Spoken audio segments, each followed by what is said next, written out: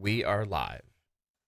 Welcome, everybody, to another episode of PM in the PM. Pong and Mav in the PM. That's right. This is Thursday night. You guys all know that.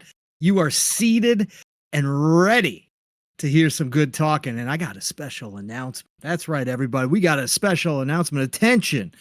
The speculation hype train riders. We just added another car, and I want to make the special announcement to all of you that just boarded, because you got on board and thinking you were at Mach 2.0, but that's not true right now, because you are at Mach 2.5, thanks to the one and only Bold Alpha Wolfpack Gifting 5 coming in with the easy 5 bomb. That's right. We starting out with an early choo-choo, motherfuckers. That's right. The easy layup from Bold Alpha. Thank you so much, Bold Alpha. And always remember, the goals keep getting bigger, and your goal for March is still at 4,963. That's right. And guess what, folks? I heard a little birdie today, and I got to incorporate this little thing, right? So I heard a little birdie today tell me that some other channel, when you gift 5 subs or more, you get to time out or ban somebody who's annoying in the chat. Isn't that a boatload of positivity, folks? Yeah. Isn't that just amazing? What an idea. Yeah. Oh my God. Instead, what we're going to do here on our channels when we get the hype train rolling, everybody, if you go ahead and you give 5 or more subs, go ahead and give a shout out to somebody that you appreciate in the chat. All right. We're going to do it that way. That's right. We are combating negativity in 2024, everybody. I can't believe some of these motherfuckers out here. It's fucking unbelievable. But anyways, choo-choo, motherfuckers. Thank you all for joining us. It is March the 7th. And we got some topics to get into. Not a whole lot, but we had obviously from the thumbnail. I know most of you probably, and thank you, Caitlin, by the way, for the beautiful thumbnail on short notice. I might add, I appreciate you so much for what you do. But we had an Xbox partner preview this week. We got some new games. We got actually a lot more games than I thought we were going to get. So we're going to talk about that. Capcom had a little deal today with a couple tidbits coming out of there. I just stole that from FSP, by the way. Yeah. And then otherwise, we might have a couple other chats here and there, but it might be a little bit shorter show tonight. But buckle up, everybody. Make sure those 4-point seat harnesses are strapped down tight, because Mach 2.5 is nothing to laugh at around here. But let's get into business. And I got to introduce my co-engineer, my co-host on this show that normally is the lead man, but he gives it up for me, Paul. On Thursday nights, he gave me the lead chair on Thursday nights. That's right. The CEO and 50% owner of the Fun Speculation Network. That's right. The one and only Fun Speculation, AKA Mav. What's going on, brother? How the hell you been? Pretty good, man. Just chilling, working, doing this and that. Really excited for a bunch of stuff that's about to be released in the gaming universe. We've been having our hands full with a lot of things to play for a while now, and it just keeps coming. So, but yeah, I've been doing a lot of PC gaming and stuff lately. I'm kind of really excited for tonight. There to be to get back in on the Xbox and play some Unicorn Overlord. I've been kind of like locking myself in here a lot lately, just kind of chilling. But like, I want to go in the other room and lay back, play some games. Shout out to I think it was Shinobi that had quote tweeted this earlier. Oh, you talking about the DM that I put in there? Yeah. The Command and Conquer collection on Steam. Yes, for any $10. For anybody who doesn't know, real quick, just to catch everybody up on what Mav is talking about, EA announced today they are putting some of their older titles, including the Command and Conquer Ultimate Collection and Saboteur. If you guys have never played Saboteur, go buy this game. Download it, play it when you can. If you got PC, I'm sure it's cheap. I haven't checked on the price of Saboteur, but anyways, EA announced a collection going to Steam today. And like Mav said, the Command and Conquer Ultimate Collection for $10. Bro, you already know it's in my cart, baby. Oh yeah, I already got it today. I think I already bought this same collection a long time ago in the EA store, but like now I can uninstall the EA launcher. So this is good nice. for $10. It's It's worth it for beautiful. me. No, I'm just Oh kidding. yeah, I don't for think I sure. ever got it for that price or whatever. But this Right. is like every Command and Conquer game, except for I don't Yep. think it comes with the new remaster that No, came out. comes with all the older stuff. Yeah, but I The already own classic. that anyway, so I'm Right. good. But yeah, it's every old classic Command and Conquer game for $10, dude. I think it's like 17 games or some crap like that. It's like insane. Yep. So one of my favorite franchises that needs to come back. So I was excited to see that. And other than that, got Unicorn Overlord ready to rock and roll tonight. Saw the reviews on it. It seems like it's reviewing really well. As also, High 80s, baby. Let's yeah. go. And Another one. I usually stay away from the demos. I know you guys have been playing the demo, but like Rock. if it's a game I know I'm going to be playing, I usually kind of stay away from the demos. And so I'm going to be going to it with fresh eyes today. I know it's not a Square Enix game. No. It's a Vanillaware Atlas Thank game. God. But like for me, like this, it screams that old school Square Enix, like JRPG, Final Fantasy, Tactics-esque vibe. And I've been ever since I saw this game, I've been really looking forward to it for those reasons, because it's strategy, it's JRPG, it's all the craziness mixed within all that beautiful art style.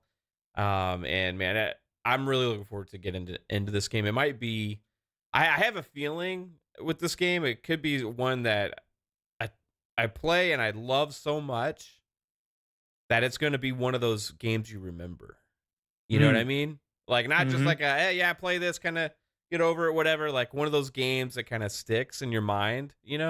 That's my vibe I have before playing it. We'll see. Maybe it won't scratch that itch. Maybe it won't be that. But that's kind of the sense I got right now going into it. But what about you, Pong? What you been up to, man? Nothing, man.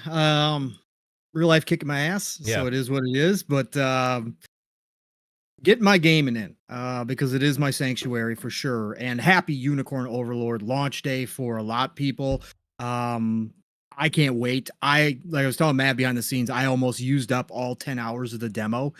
I got the warning on it because I've been playing the hell out of that demo, because I'm like Mav, like I'll jump into demos no matter what just to check them out. But normally if I'm already know I'm in, like I won't play much. Like I'll play like a half hour of a demo, and then I'll usually check out. But this one, everything carries over, right? So all of the stuff that I'm doing carries over. This is like the full-blooded game in the demo for the most part. Like it's huge.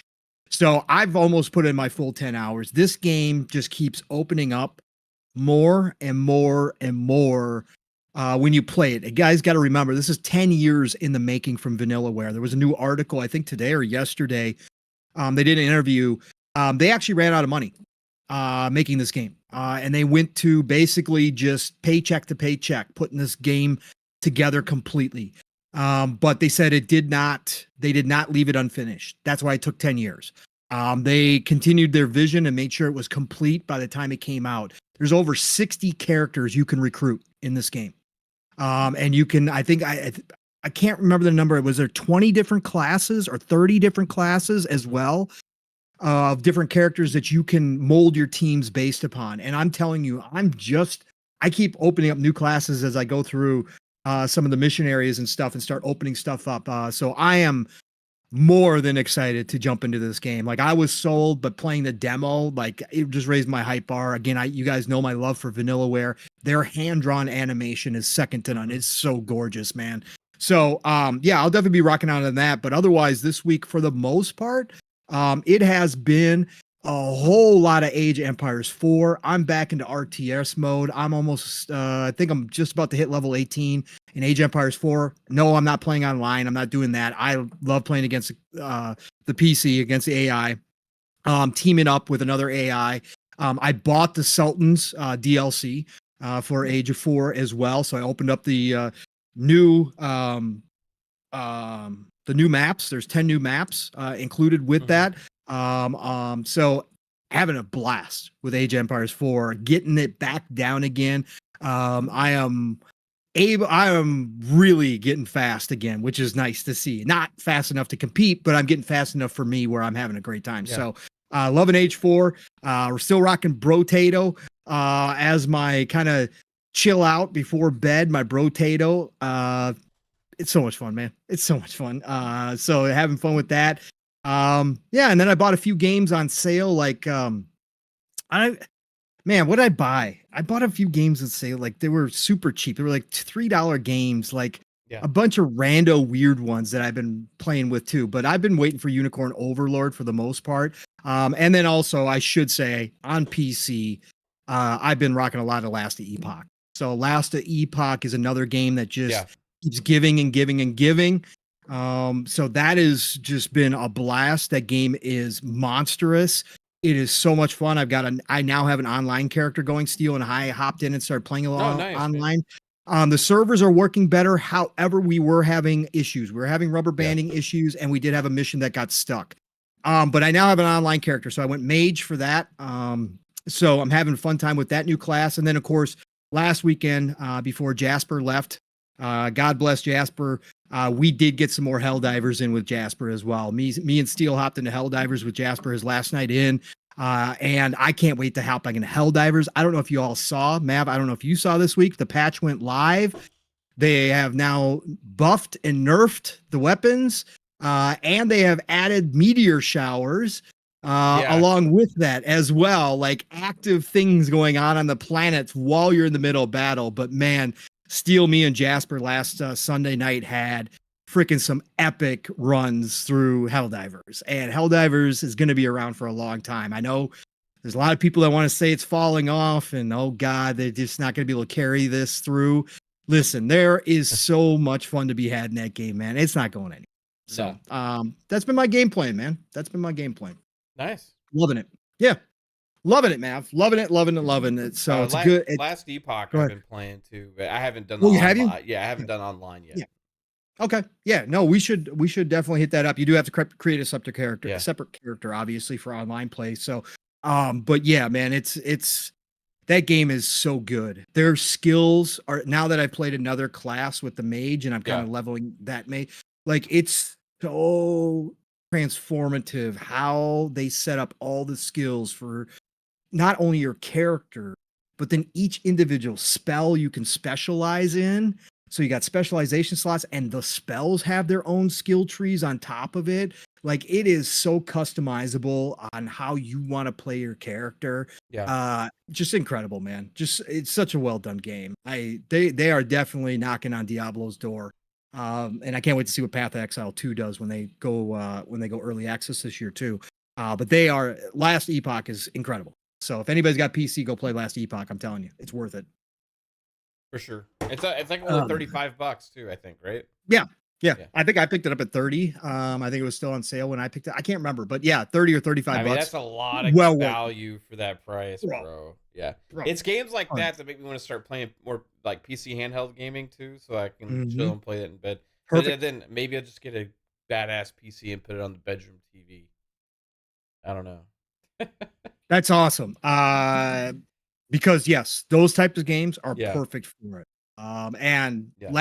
Unicorn Overload is going to be perfect for you too, Mav, if you want to fire up XCloud, right? So if you can't, exactly. Like, it doesn't really matter. Yeah, you'll be able to stream. Yeah, you're not really like worried about pushing the button, like fast movement, like pixelation, all that stuff doesn't really matter in games like that. Love it, man. And like you, Mav, when I saw that Command and Conquer coming to Steam today, I was like, oh shit, here we go. RTSs are coming back, and now we just got to get EA convinced that they got to make a new Command and Conquer, and bring it everywhere. Yeah, so can we like just have a special PM in the PM episode about fuck you EA for just like letting maybe the greatest RTS franchise ever just die?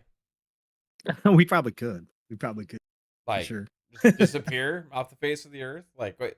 Yep. Crazy. Yep. Man. It's so stupid, especially with the resurgence, man. Yeah, you have all these other RTS games coming out all over the place, and like the granddaddy is out there, and like EA owns like just not doing anything with it. Like, oh.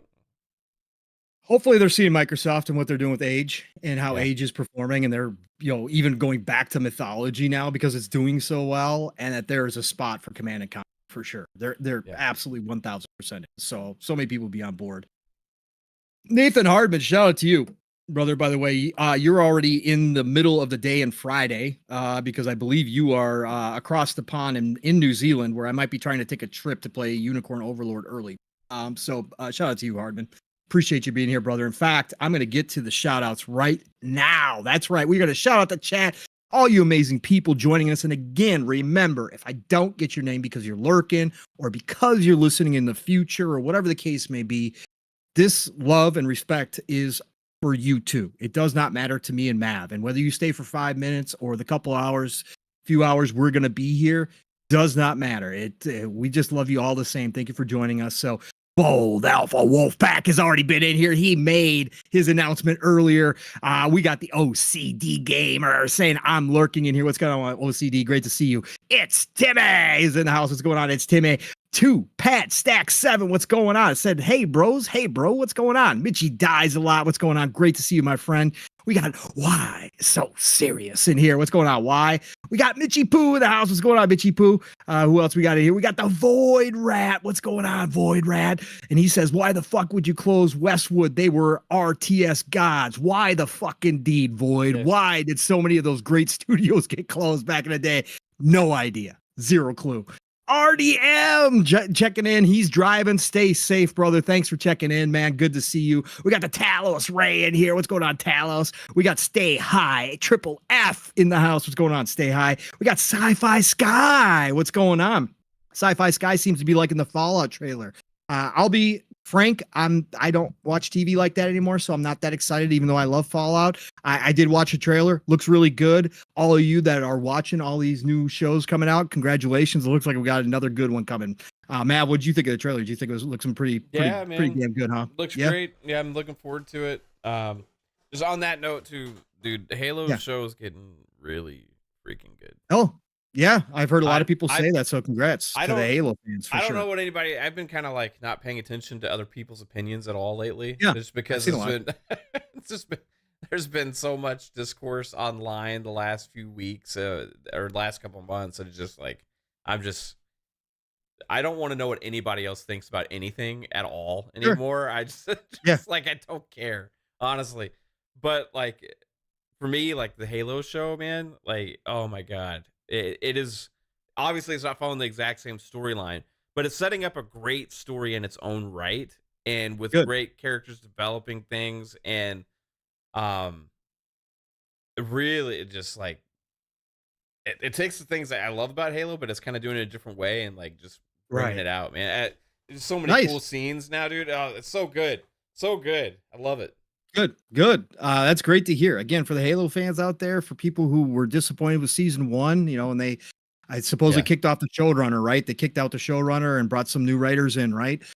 For this one, and I did see that whole scene where somebody showed how they did a whole uncut battle scene, basically, and it was all one shot, basically, and it looked awesome. I mean, again, if I was watching TV shows, I'd probably kick on season 2 for sure. So shout out to the Halo fans. Glad you guys got something good. Amit Kumar, what's going on, Amit? I see you in here. Frizzle, what is happening, Frizzle? We got Verg Brizzle. We got Frizzle and we got Verg Brizzle. You guys brothers, brother and sisters? I don't know what but hey, shout out to Izzles. Let's go. We got the Izzles in here.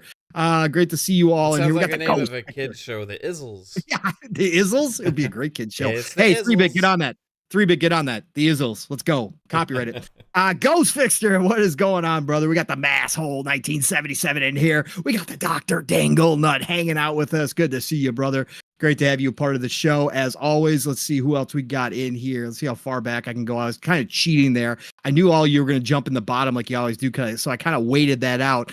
We got the Coach Hooded Canuck in the house. What's going on? Hooded Canuck, great to see you as always. We got the Hacky Sacked. What's going on, Hacky Sacked? Great to see you. We got Free Bear in the house. What's going on, Free Bear? Thank you for joining us tonight. We got the Radio Matt Gaming. What's going on, Radio Matt Gaming? Great to see you jumping in here with us tonight. Let's see here. Who else? Night Turnal's in the house. What's going on, Night Turnal? We got the beautiful Miss Caitlin in here, of course. Again, thank you, Caitlin, for all you do behind the scenes and keeping Mav on the straight and narrow. We appreciate that.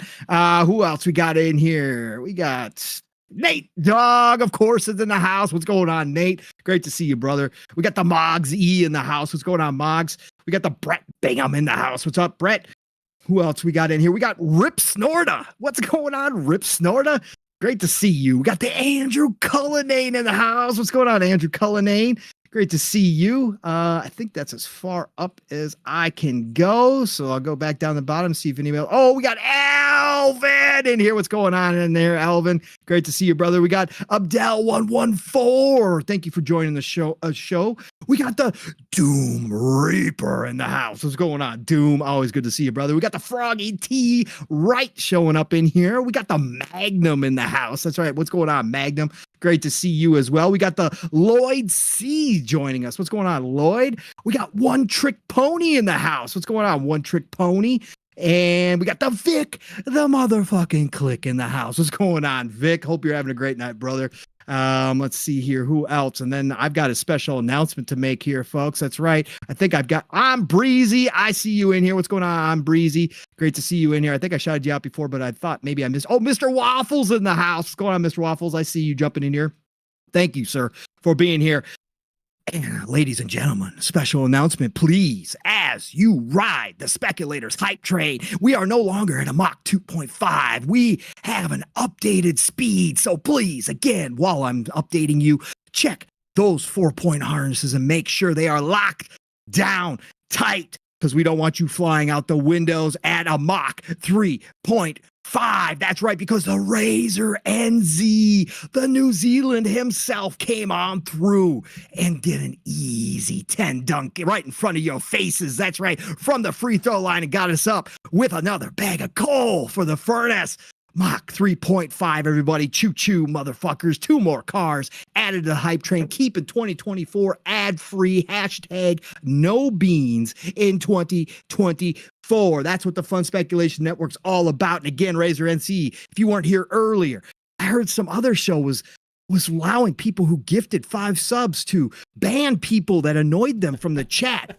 Such a positive kind of turn of events for a channel just known for their positivity, but we're going to do it differently here. That's right. We're going to fight back against that nonsense. So Razor NZ, if there's a couple people you want to shout out, just throw it in the chat, that you actually enjoy being in the chat with, and we'll go ahead and give them a shout out. So anyways, love you all. Thank you for that. Mav, let's get down to business here, brother. Let's get down to business.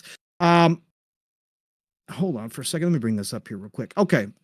Let's do some smaller stuff, and then we'll get into the Xbox partners preview as well, which was excellent. You guys, by the way, Mav, fantastic. I lurked as much as possible. You guys co-streaming it was absolutely amazing. So shout out to you guys. Sir. It was awesome.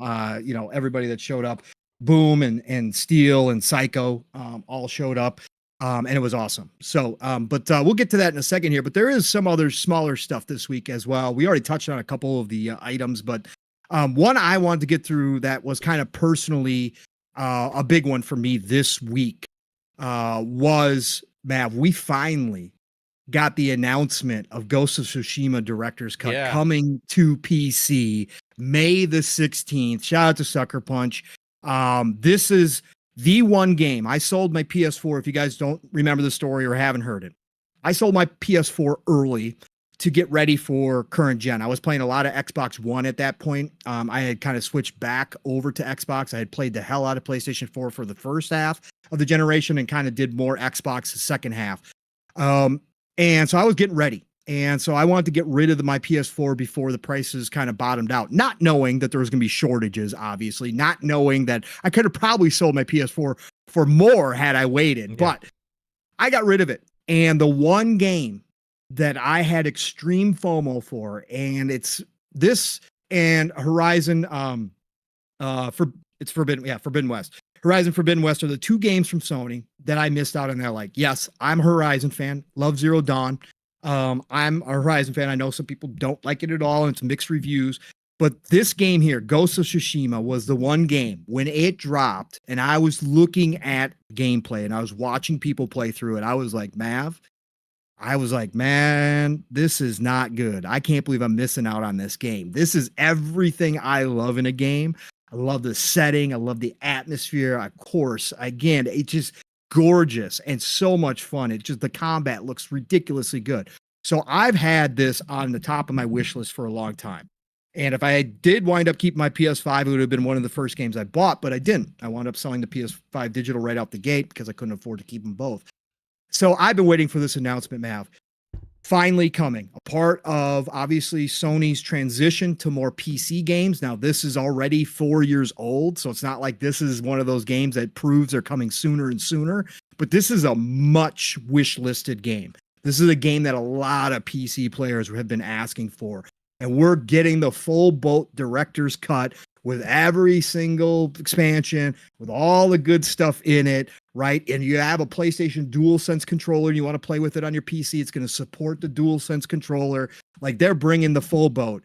I'm so excited for this, brother. I'm locked in. Steel has already played it, but he's locked in because he was big on the multiplayer. And of course, the multiplayer died very quickly. Shocking, because PlayStation people really don't play a whole lot of multiplayer. Helldivers is doing a little bit better, but they really didn't support the multiplayer. So Steel is ready for an influx of PC players to play multiplayer. We're going to play together. Mav, are you picking this up on PC? Did you get excited about the Ghost of Tsushima announcement this week like I did?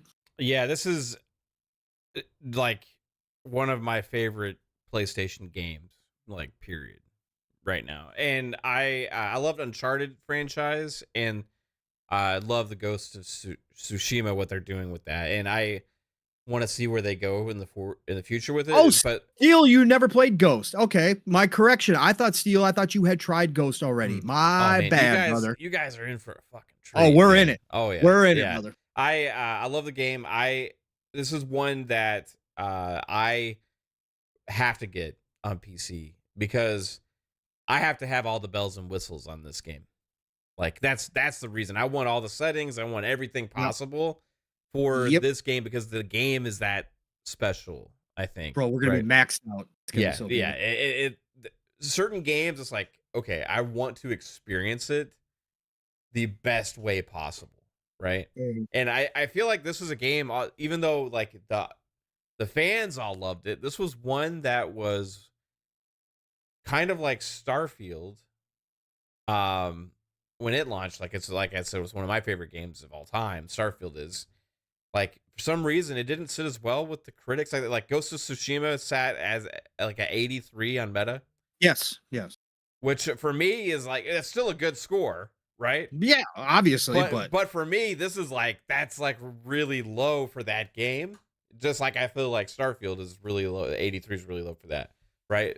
Whatever, it doesn't matter. But, like, I feel like after the game launched and people just really realized how great it was, and the fans had appreciation for it and stuff. And for me, it's it's kind of like a masterpiece type game, And there's not a lot of those. Like, I've never played a samurai game that's as rewarding as a samurai game as Ghost of Tsushima. So that is, just for what that's worth, like, really important. So I'm definitely gonna get it.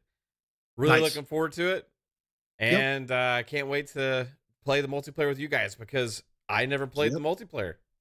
Awesome, perfect. Yeah. Who was I gonna play it with? I don't know. Like, I don't have any friends on PlayStation. Like, I just play.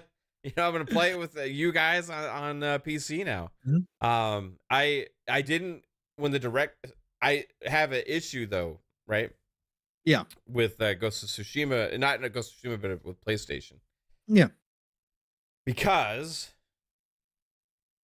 you remember there's the whole fiasco when I didn't get my PS5 at launch when I was supposed to get it because Target canceled my pre-order and all this stuff, and I let my saves go and all this other stuff, right? So I had lost my Ghost of Tsushima save before I had a chance to finally actually beat the fucking game. Jesus. And I was pretty far into it. I put a lot of hours into it, right? Yeah. And then the director's cut came out, and I'm like, there's so much other stuff coming. Like, I just didn't feel like restarting at that point.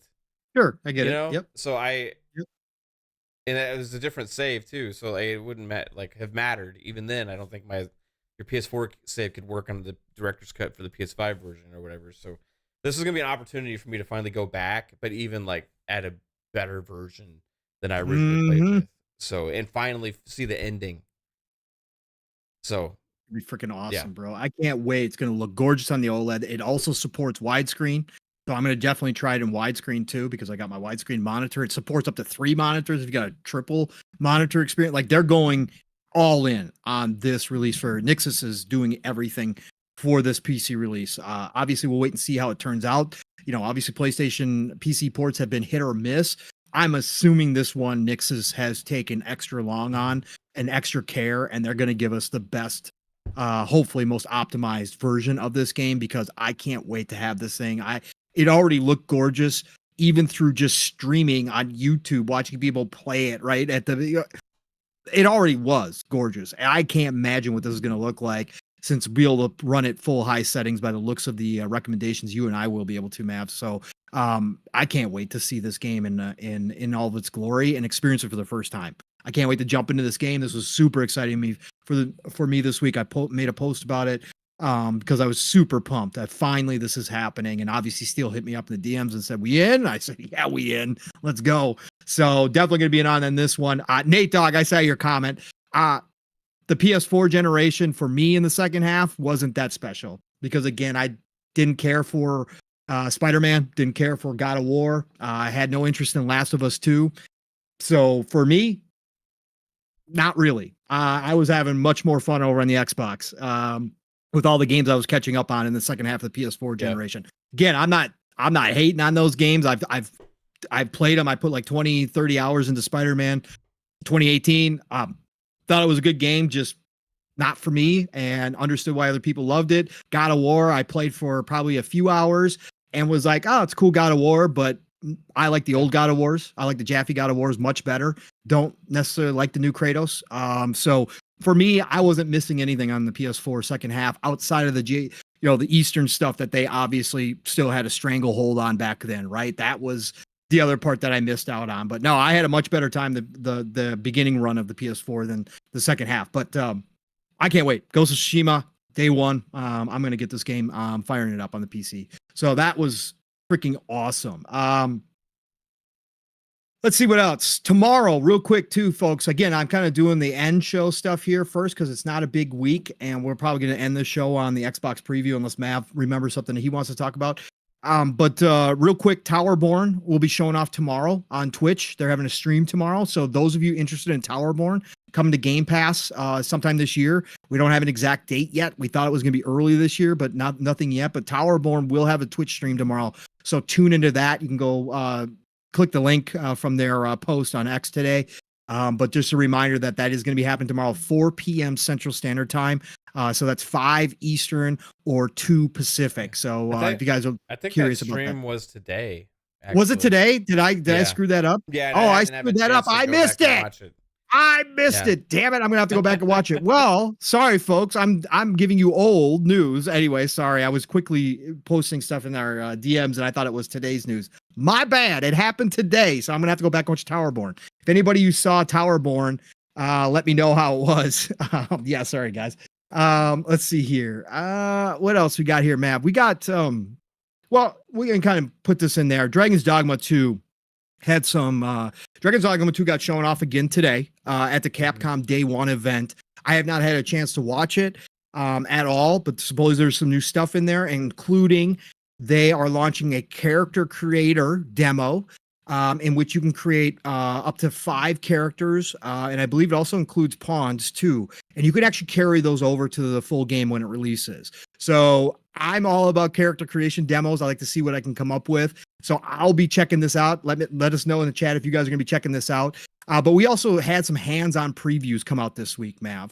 And the quotes from there, and this is Okami13 on X. He's awesome. He always kind of sums up things. But a couple of the quotes from there, from some of the previews, feels like another Capcom hit, a clear Game of the Year contender, fully explorable open map.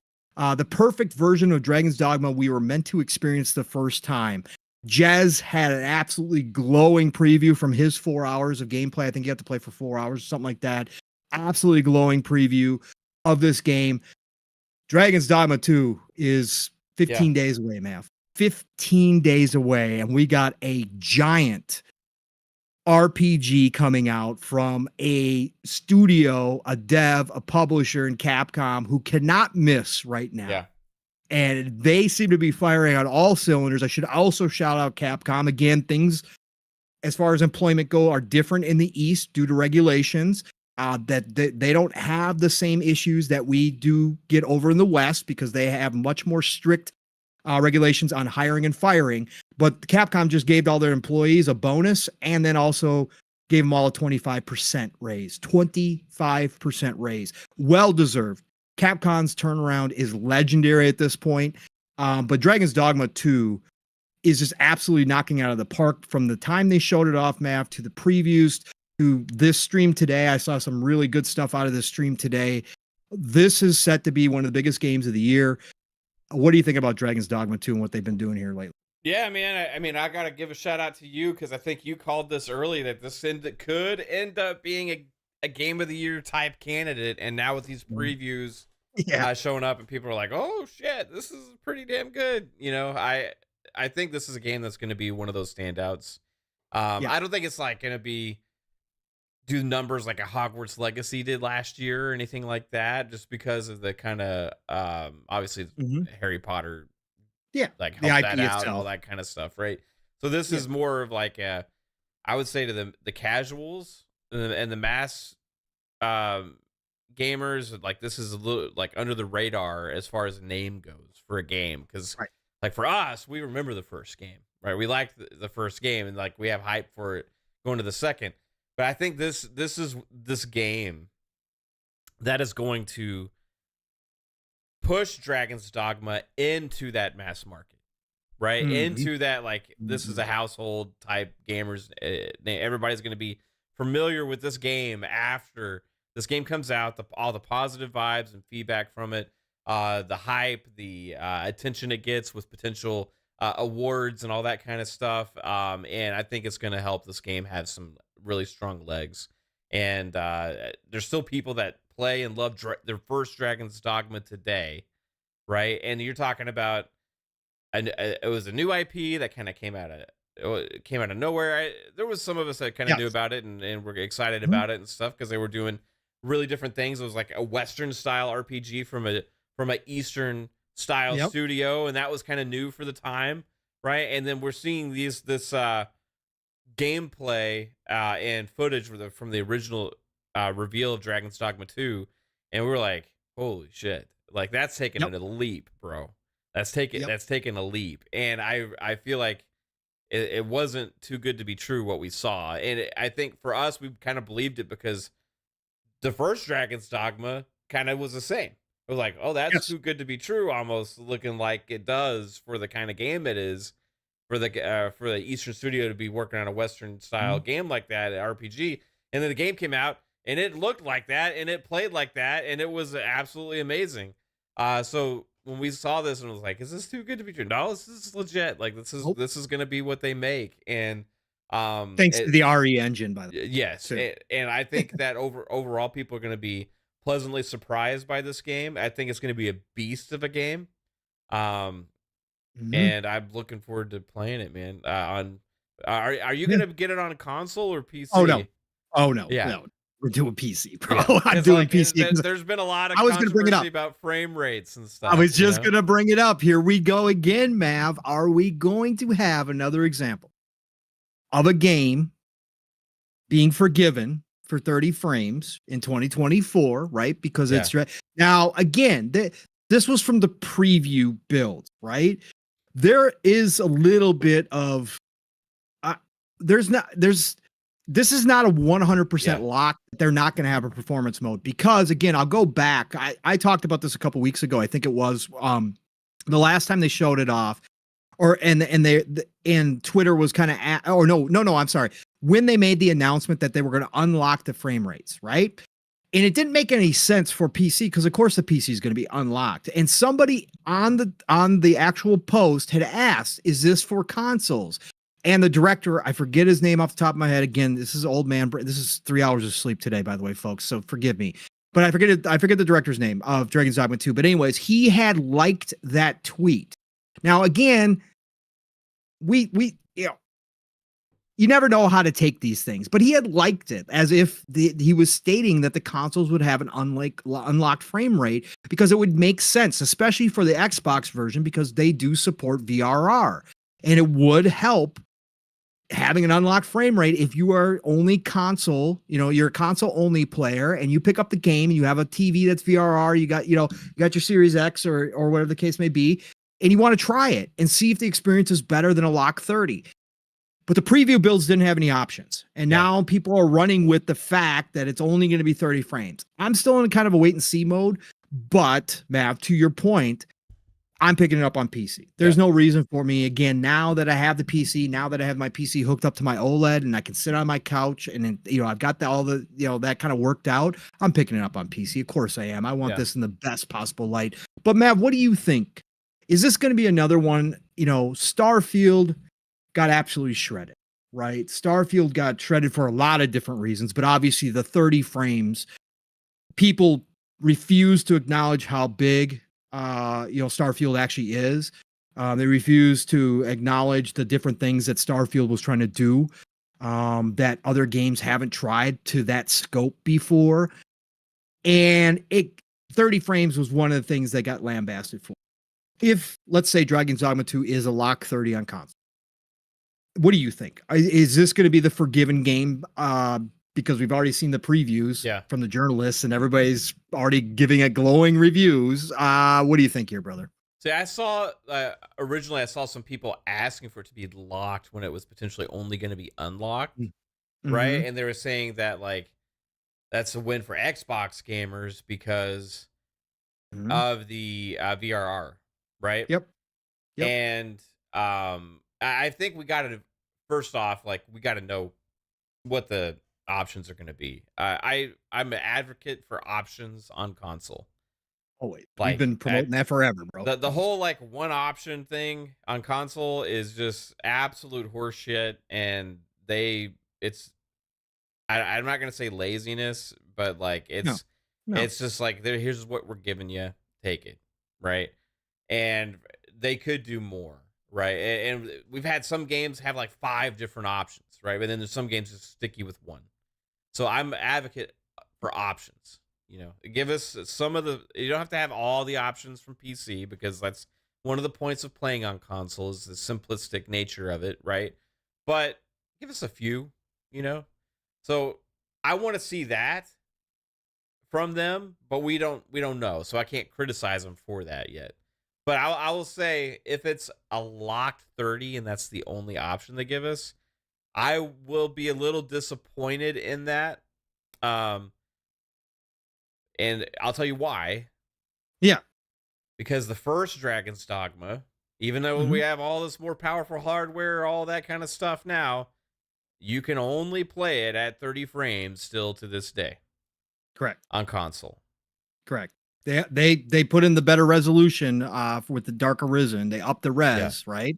So it looks beautiful for the Xbox One or for the Xbox One X and for the PS5 or PS4 Pro. That's why they made Dark Arisen version, was to bump the res, but they never unlocked the frame. Yeah. So if they can't do 60, right? Because a game is just too daunting. At least give us the locked 30 version and then give us an unlocked 30.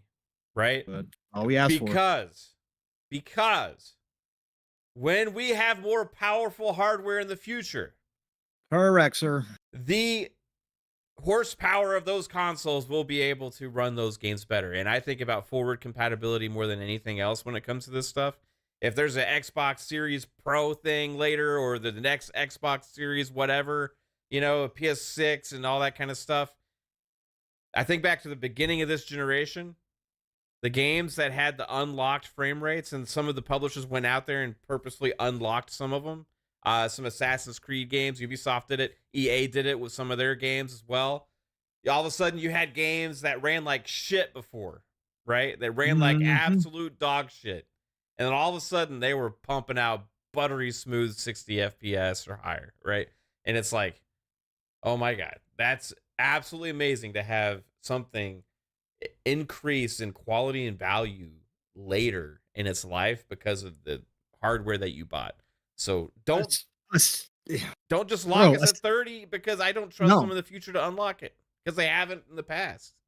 That's Assassin's Creed Unity became a completely different game. yeah, 100%. Completely had a resurgence. If you go back and play Assassin's Creed Unity now, bro, that it's still to this day the most crowded Assassin's Creed, the most dense Assassin's Creed that they have created. It felt the most lifelike within the city when you're walking through Unity, but that was the problem. The old hardware couldn't handle it. But all of a sudden they unlocked the frame rates were Yeah. unlocked. Now Series X, even Series S, different game. That people have gone Yep. back and played it and love Assassin's Creed Unity now. I agree with you 100%. It's something that we have been consistent on, Mav. It's something that we have given fair, even criticism across all the games. I came out and said when Starfield was announced to be only 30 frames locked that was a mistake by Todd Yep. because they had talked about it, that they had seen frame rates up to 60, right? In their build. They had seen frame rates up to 60, but Todd wanted that cinematic experience, right? Locked and solid. But I said, why when Xbox Series has VRR? Why? Give us the option. Let the player choose how they want to play. So I'll be consistent. Again, Yeah. Again, Starfield's my favorite game all time. And I still gave it criticism. I'll give Dragon's Dogma 2 criticism if it's only a locked frame rate. I think it's at 2024, to your point, Mav, with what we know now and what these developers know now about how this hardware is going forward, and because the hardware is now closer to PC than it ever has been before, and it's going to, x86 architecture has leveled the playing field across the board. Why not give everybody the option? And if something new comes Yeah. out, PS5 Pro, Xbox Series Pro, whatever, next gen, backwards compatibility being where it's at, allow those console players to go back and enjoy your game with a more powerful console that maybe gives them a smooth 60 or even a 120 eventually, whatever the case may be. Let that happen. I just don't understand why not. Yeah, So, I've already conceded the fact that like a lot of yeah, developers just for not for the consoles that we have aren't able to get 60 frames out of them, CPU yep, wise or whatever the reason. We've already yep, seen that way too many times now to understand that yeah, and it's not just bad optimization. I think most of it is, you know what I mean? But I think some of these games are just so damn ambitious, right? And they're doing a lot of different things. So I've conceded the fact that not every game is going to be able to do 60 frames, yeah, right? no, right, 100%. right, So right, I can still play a game at 30 and enjoy it on console. I've done yep. it like with a few different games now, and It depends on the game. it does completely depend on the game for me. But I can definitely have a great experience and be happy with it. It kind of melts Yep, me too. away. I forget about it, like all that kind of stuff, right? But I can't think about the future of my Mhm. purchase and Yep, like just completely ignore the fact when they are not giving us options that might benefit us down the road, right? down the road. Now they could go back in the future and patch the stuff like some companies do, but you know, Yep, not all of them do it. Not all of them do it. Look at Red Dead Redemption, right? yep, 2. Like correct. how much would we kill for that to be updated for a current gen version now? It's one of the best looking games of all time. And if we could get some kind of update on that for current gen consoles, it'd be amazing. Look at Arkham. Look at the Arkham Mhm. series, right? Arkham Forever. Like there's so many games that they could, if they wanted to, go and like do an update or like unlock the frame rates or just whatever to allow us to take advantage of the hardware that they have, but because of Yep. business, right? They choose not to, you know? Mhm. And I, as a consumer and gamer that wants and will go back and play these older games in the future, want my purchase to be justifiable in playing in the future, Sure. that with a potentially a better experience because I have bought better hardware. Yep. And if people say it's a ridiculous expectation, I don't think so, because we have seen Xbox do it on most of their first party games and most of their first party titles this generation. We've seen EA do it. They went and unlocked frame rates a lot of games just to allow gamers to be able to take advantage of the higher frame rates. Ubisoft did it across a lot of games. Some companies just chose not to do it, right?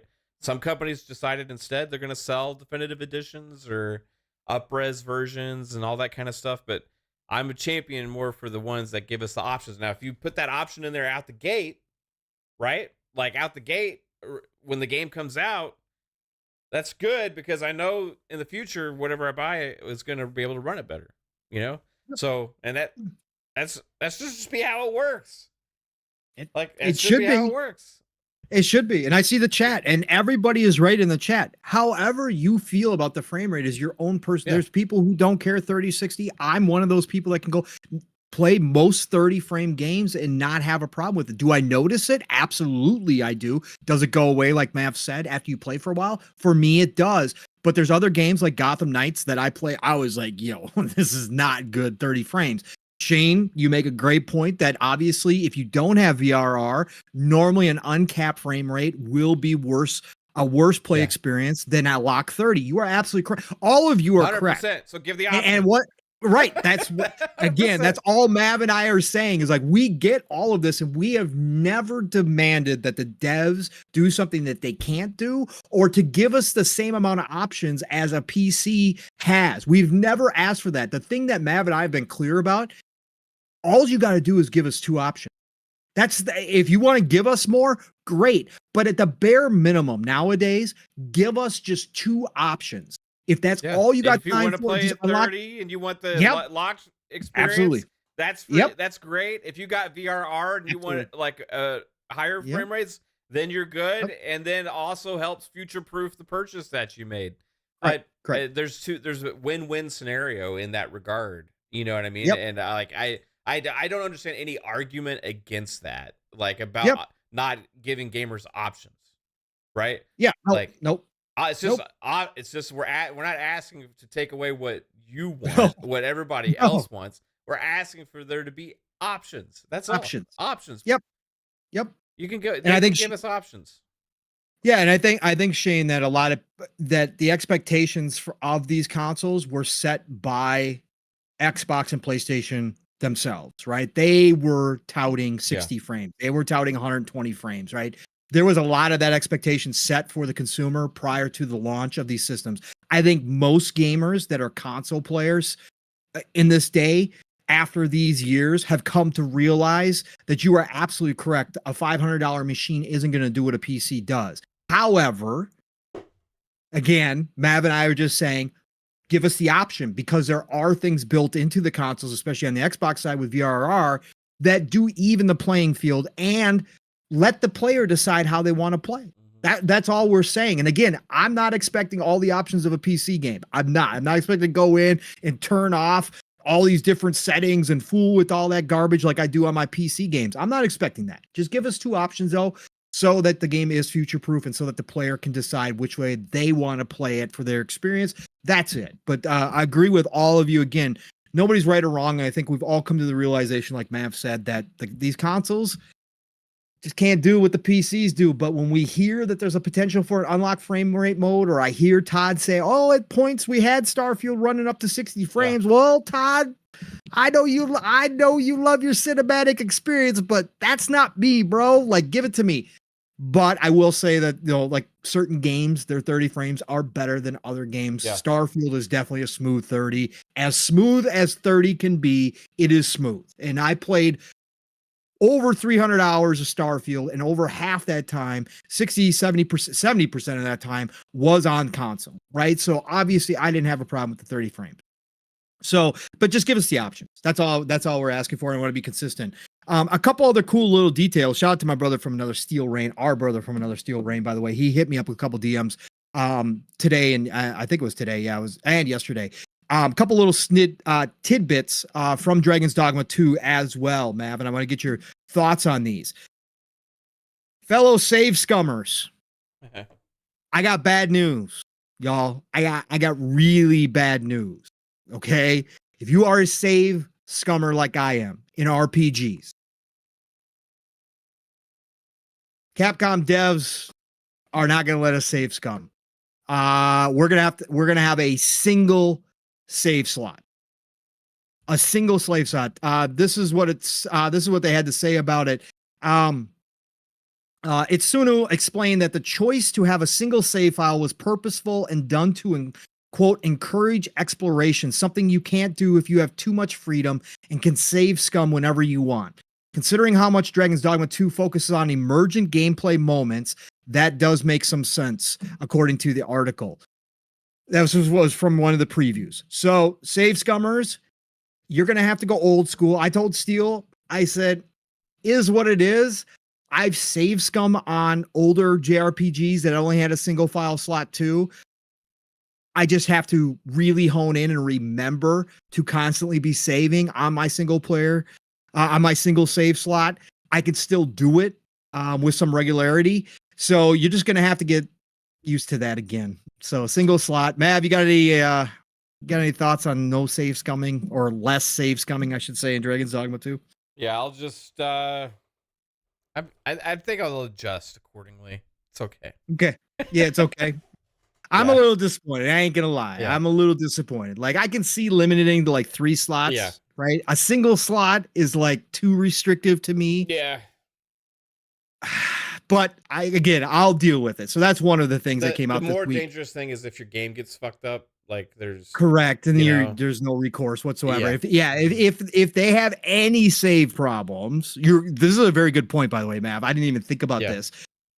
If there are any save problems with this game, you're going to screw over your entire fan base, because if people start, normally you can go back to an older save bug that you can't. Yeah, you know bro, Yeah. this could be a bad news for that kind of stuff. So anyway, we'll cross our fingers that they don't have that. Yep. The other interesting little tidbit, Mav, that came out today: NPCs no longer respawn in Dragon's Dogma 2.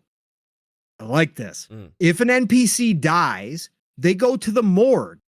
While they're in the morgue, you can actually use a wake stone, and wake stones they're not like plentiful. They are something that you kind of save, right?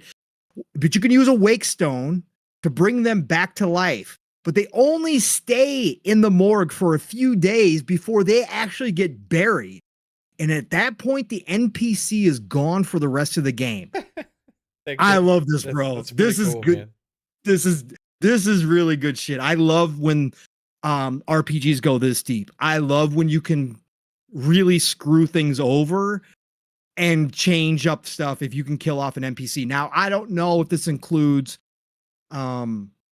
major quest givers. I don't know if this includes them, but just the idea that if I we'll call it accidentally, kill an NPC, that I could bring them back to life or let them get buried and never come back again. Dope, man. What do you think, Mav? You gonna kill off NPCs? Slaughtering everybody. The morgue is gonna run out of room, bro. Yeah. They're gonna start having to bury the bodies early. Yes, they are. It's gonna be nice. Can't wait. Yeah. But I'm gonna do it on accident, probably. And I'm not gonna be able to go back and reload it for save. You're gonna have to remember. No, you're not going to be able to. So I'll just be and Dark Viper, the consequences are. It's gonna be great, man. It's gonna be great because I know I'm gonna forget about one that I killed off, and they're gonna get buried. I'm gonna be pissed because I'm gonna probably like that NPC, and I'm gonna be like, shh. Yeah. Now they're gone for good.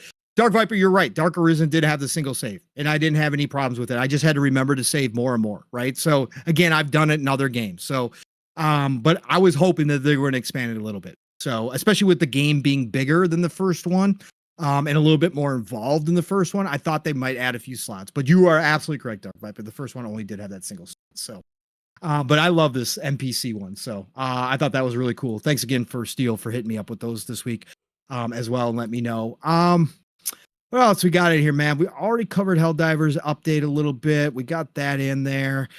I think. I'm trying to think if there was any other small news this week. I don't really. There was the Yuzu thing. The Yuzu thing. bro. Yeah. Listen. Nintendo got their way. I Yeah. thought Yuzu was gonna fight this. Again, am I an emulator guy yet? No, I have a PC, but I haven't fired up emulators. Am I planning up on firing up emulators? Yes, I am. For the older games, I definitely want to get some emulators. But I'm not an emulator guy overall. But I do understand the importance of them. Again, whatever you think about pirating, think of what you want to think about pirating. I will only say that we don't own our games nowadays, for the most part. Yeah. That's a problem, and it can't be a one-sided problem, right? So they got to do better. We got to come up with some safeguards for the consumers. That's all I'm going to say. Again, I'm not into pirating. It's not my thing. Never done it, even on Dreamcast. I think I had one game. I think I had NBA Jam for Dreamcast that my brother-in-law at the time had burned for me for Dreamcast, and Dreamcast was ultra easy. I never got into it. Okay, so I'm not about that. But Yuzu, I thought they were going to fight this, but for those of you that don't know, this is a Switch emulator company, or was a Switch emulator company, the biggest one out there. People were playing the new Zelda, 2 weeks early, before anybody got an official copy. For those that do raise the Skull and Bones flag and wanted to do that, Nintendo sued them. There was word that Yuzu might countersue Nintendo. That never came to fruition, and they actually folded and said agreed to pay Nintendo 2.5. They settled out of court, so no decision was made. So the courts have ruled on emulators before and said they're not illegal, right? That's what the courts have done before. So that is still intact overall, that emulators are not illegal. But Yuzu did have to put out a statement that they took full blame, that they never intended for their emulator to be used for pirating, and that they're against pirating, and that they're they had to turn over all the software and the website to Nintendo, pay them $2.5 million, and basically go away. I hate this again because I do think that the emulators are important. I hate Nintendo for how they treat their content creators. I hate Nintendo for how they do a lot of their business. I understand protecting your IP. They have every right to do whatever is within the legal guidelines to protect their IP, but Nintendo is way overboard. Way over. They sued, man, I don't know if you heard, but Nintendo sued and got that somebody had started up a Mario Kart race, like an unofficial in real life with go-karts. And they had started up some Mario Kart race. It was like a party. I don't know if it was like a theme park or something, but they had started up some official thing, or maybe somebody in their backyard started it up. Nintendo got that shut down too. Yeah. Like Nintendo goes way overboard, bro. Like way overboard. So I was sad to see this. I thought Yuzu would fight this, but any thoughts on this, Matt, since you did bring it up? Yeah, I just overall, I think that Nintendo won again, like they usually do in this scenario. Yeah. But like for me, my main concern is like if this becomes a trend or whatever. And I don't know like what the future for emulation on the Switch holds. Right? I don't know. I mean, I'm not into emulation right now, like you. Right? Yeah. But my concern is when I just look at an emulation company getting sued, I don't know exactly why they got sued. I don't know all the details, right? But I worry about Nintendo and my digital library on the Switch, and Nintendo being able to do whatever the hell they want. It's ridiculous to me that we even have to question whether the next Switch, the next Nintendo device is going to be backwards compatible, right? Because it's a digital age. But it's a legitimate question that, like, and a lot of the insiders and stuff are kind of back and forth. They don't really know. And, like, that should be unacceptable in 2024, you know? Yep. So maybe that comes out and they're going to fully support your library, and maybe you get improvements on some things or resolution wise and all that kind of stuff. That's the best case scenario. But if Nintendo is able to like block all the emulation companies in the future, all this other kind of stuff, then they have complete control over the consumers and being able to do the stuff like, oh, we're going to sell you Mario for 3 months in a collection. And it's just like a up-res version of this old-ass game, and with very minimal effort put into it. Or we'll do the same thing with like Skyward Sword, and like just, hey, you can play it a little bit better resolution. We're gonna sell it to you again for full price, right? Um, Instead, I'd rather the games that I buy have a future on the devices of the platform holder, right? And if they don't do it, well, then that's where the emulators and the emulation companies can kind of come and save the day. If you have this digital library, you have all these games or these games that you purchased to emulate on a different device that is giving you those advantages and stuff, right? So that's where I look at it, and it's like I don't like those companies getting sued and then these other companies winning, because potentially it is protecting us less for the future because there's less options, right? So again, I don't know exactly what happened, why they got sued, but a lot of people were saying in the chat too, Mav, on top of that, because they were taking money. They were taking I think they had started I saw something about a Patreon or something. yeah, like Patreon, that. and so Nintendo was accusing them of getting paid to do this stuff, and right, all this kind of stuff. So again, I get it. Again, Nintendo's more than welcome within the legal guidelines to go sue everybody that they want to. I will say they go overboard. I will say I've never liked that about Nintendo whatsoever. Again, whether you feel that pirating is right, and the only point I will say, I'm not saying that I agree with all of it, but if we don't own our games anymore that we purchase, and they could shut them off anytime, take away the license, and we don't own anything, is pirating actually stealing? I don't know. That's a real gray area, right? That's a real gray area. So, but again, I'm not into it yet. I haven't thought about doing it yet, except for the older stuff, the stuff that we can't get anymore, the stuff that's not available to buy anywhere or do anything with anymore. Yeah, there's some games that's the only way to play. Yeah, that's the only way to play, right? Like Lord of the Rings Battle for Middle Earth 2 on PC. You have to download a ROM and stuff, and like download a file, like a torrent or whatever, to be able to play that game. Like, you can't play it any other way on PC because there's no storefronts that will sell it because it doesn't have a license anymore, right? So unless you happen to own a disc and have a 360 or old console, that, you know what I mean, like, so there's certain aspects where that's where it comes in handy and important, and I want that protection for my games that I bought in the future. And for me, if you bought a game, you should be able to play it, especially on other devices, if they're not supporting it on, especially if they're not supporting it on that company's own future devices, right? Yep, so correct. That's where I think it's really matters. matters. And whatever you guys believe, you believe. Again, I'm not here to judge either way. Again, I don't care if you guys want to judge people. That's fine. Judge people. It happens all day online. I see it plenty. There's plenty of PC players that are more than proud to say that they throw up the Skull and Bones flag, the black flag, and sail the pirate seas. So, but it's just kind of a thing. So, but again, just thought it was interesting. I was hoping Yuzu was going to fight it and we get another ruling that emulators were not illegal, so that we would have another one in the books to make sure that stays rock solid. But either way, this doesn't change that right now at all. So, it is what it is. They did their thing and got shut down. So, all right.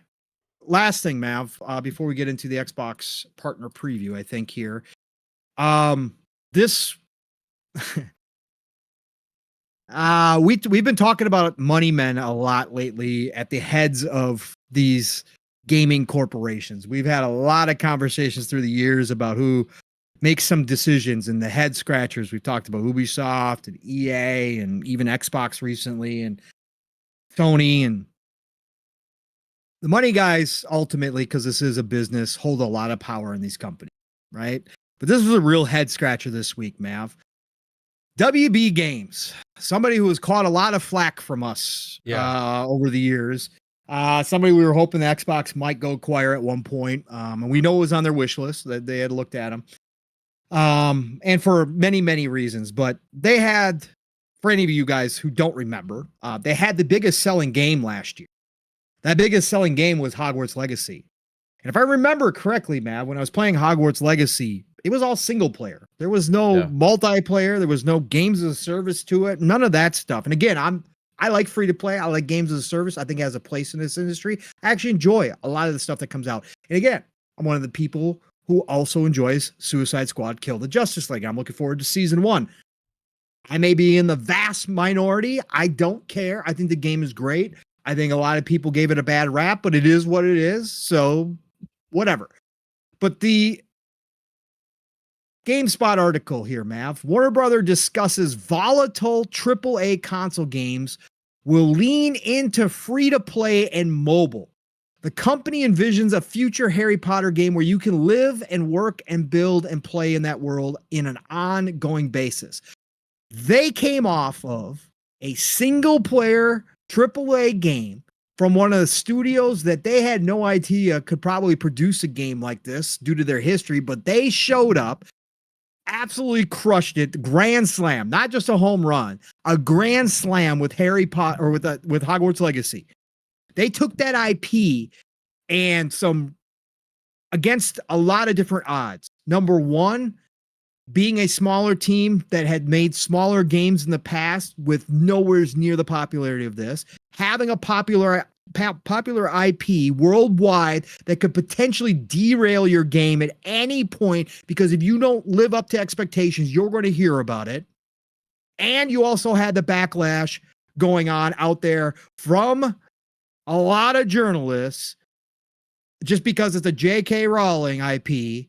They had all this against them, Mav. They show up and hit a grand slam with Hogwarts Legacy, take down Call of Duty for one of the very rare times that a game has outsold Call of Duty in the same year. Yeah. Hogwarts Legacy goes on to be the best-selling game of 2023, single-player experience, and they come out, Mav, and they say, during a Morgan Stanley speaking event, Warner Brothers Discovery gaming boss J.B. Perrette discussed some of the company's strategy for gaming going forward and includes more live service, mobile, and free-to-play games. He said, quote, "We're doubling down on games as an area where we think there's a lot more growth opportunity that we can tap into with the IP that we have and some of the capabilities we have on the studio, where we are uniquely positioned as both publisher and a developer of games." Perrette said WBD's Warner Brothers Discovery recent gaming output is focused on AAA games for the console, and that's a great when a game like Hogwarts Legacy sells 22 million copies and becomes the best-selling game of the year. But this kind of success is never guaranteed, and what Perrette said was a volatile market. He pointed out that one of Warner Brothers' latest big games, Suicide Squad Kill the Justice League, was a disappointment for the company. So the plan going forward, Suicide Squad Kill the Justice League was a games as a service, sir. That was a games as a service, sir. So he says, so the plan going forward, he said, is to help reduce volatility by focusing on core franchises and bringing at least some of them to the mobile and free-to-play space, as well as continuing to invest in live service games that people play and spend money on over a long period of time. This will help Warner Brothers Discovery generate more consistent revenue, he said, going on to tease that Warner Brothers Discovery had some new mobile free-to-play games coming this year. Also worth noting is that just because Warner Brothers Discovery may push into new places, that doesn't necessarily mean it will stop making big single-player AAA games. Quote, rather than just launching a one-and-done console game, how do we develop a game around, for example, a Hogwarts Legacy or Harry Potter that is a live service where people can live and work and build and play in that world on an ongoing basis, he said. All right, I'm not going to read the rest of the article. You guys get the story here. Shout out to Steele again. Steele said that as much as he loved Hogwarts Legacy, that obviously had it been some type of MMO, he would have been more engaged with it for a longer period of time, chances are. There is obviously a lot of people out there, Matt. What is head-scratching here, Matt, is how Perrette thinks that market, the free-to-play games as a service market, is less risky than the single-player AAA market. Yeah. We know right now how many grave sites have been dug for games in the free-to-play games as a service side. We know how risky that business model is, especially now. It is saturated, and you are fighting for scraps, and you hope to God you get a Helldivers 2 or Pal World. but that is so rare that when we got both of those games, we were like, what's going on? Like, where did these games come from? So, Mav, would you hear WB coming off a year where they had a 22 million seller in Hogwarts Legacy single player experience and say, hey, that's great, but you know, mobile free to play games as a service, that's where it's at. Yeah. On back of Suicide Squad being a disappointment. Like, it's a head scratcher to me, bro. It's a head scratcher. I understand chasing that pot of gold. We've talked about that, right? There's a reason why these companies want that. Again, the revenue, the constant stream of revenue coming in from one of those games is massive, and it makes sense that they want to chase after it. But to come out and flat out just be like, yeah, Hogwarts Legacy is great, but yeah, we see too much risk in the AAA. We got to lean more into the other stuff. What do you think, brother? Yeah, this is kind of one of those situations where I look at these companies and it's the money guys getting getting to tell people what to make. And I never Right. I never like that in gaming. Now it seems to be more and more prevalent from big publishers.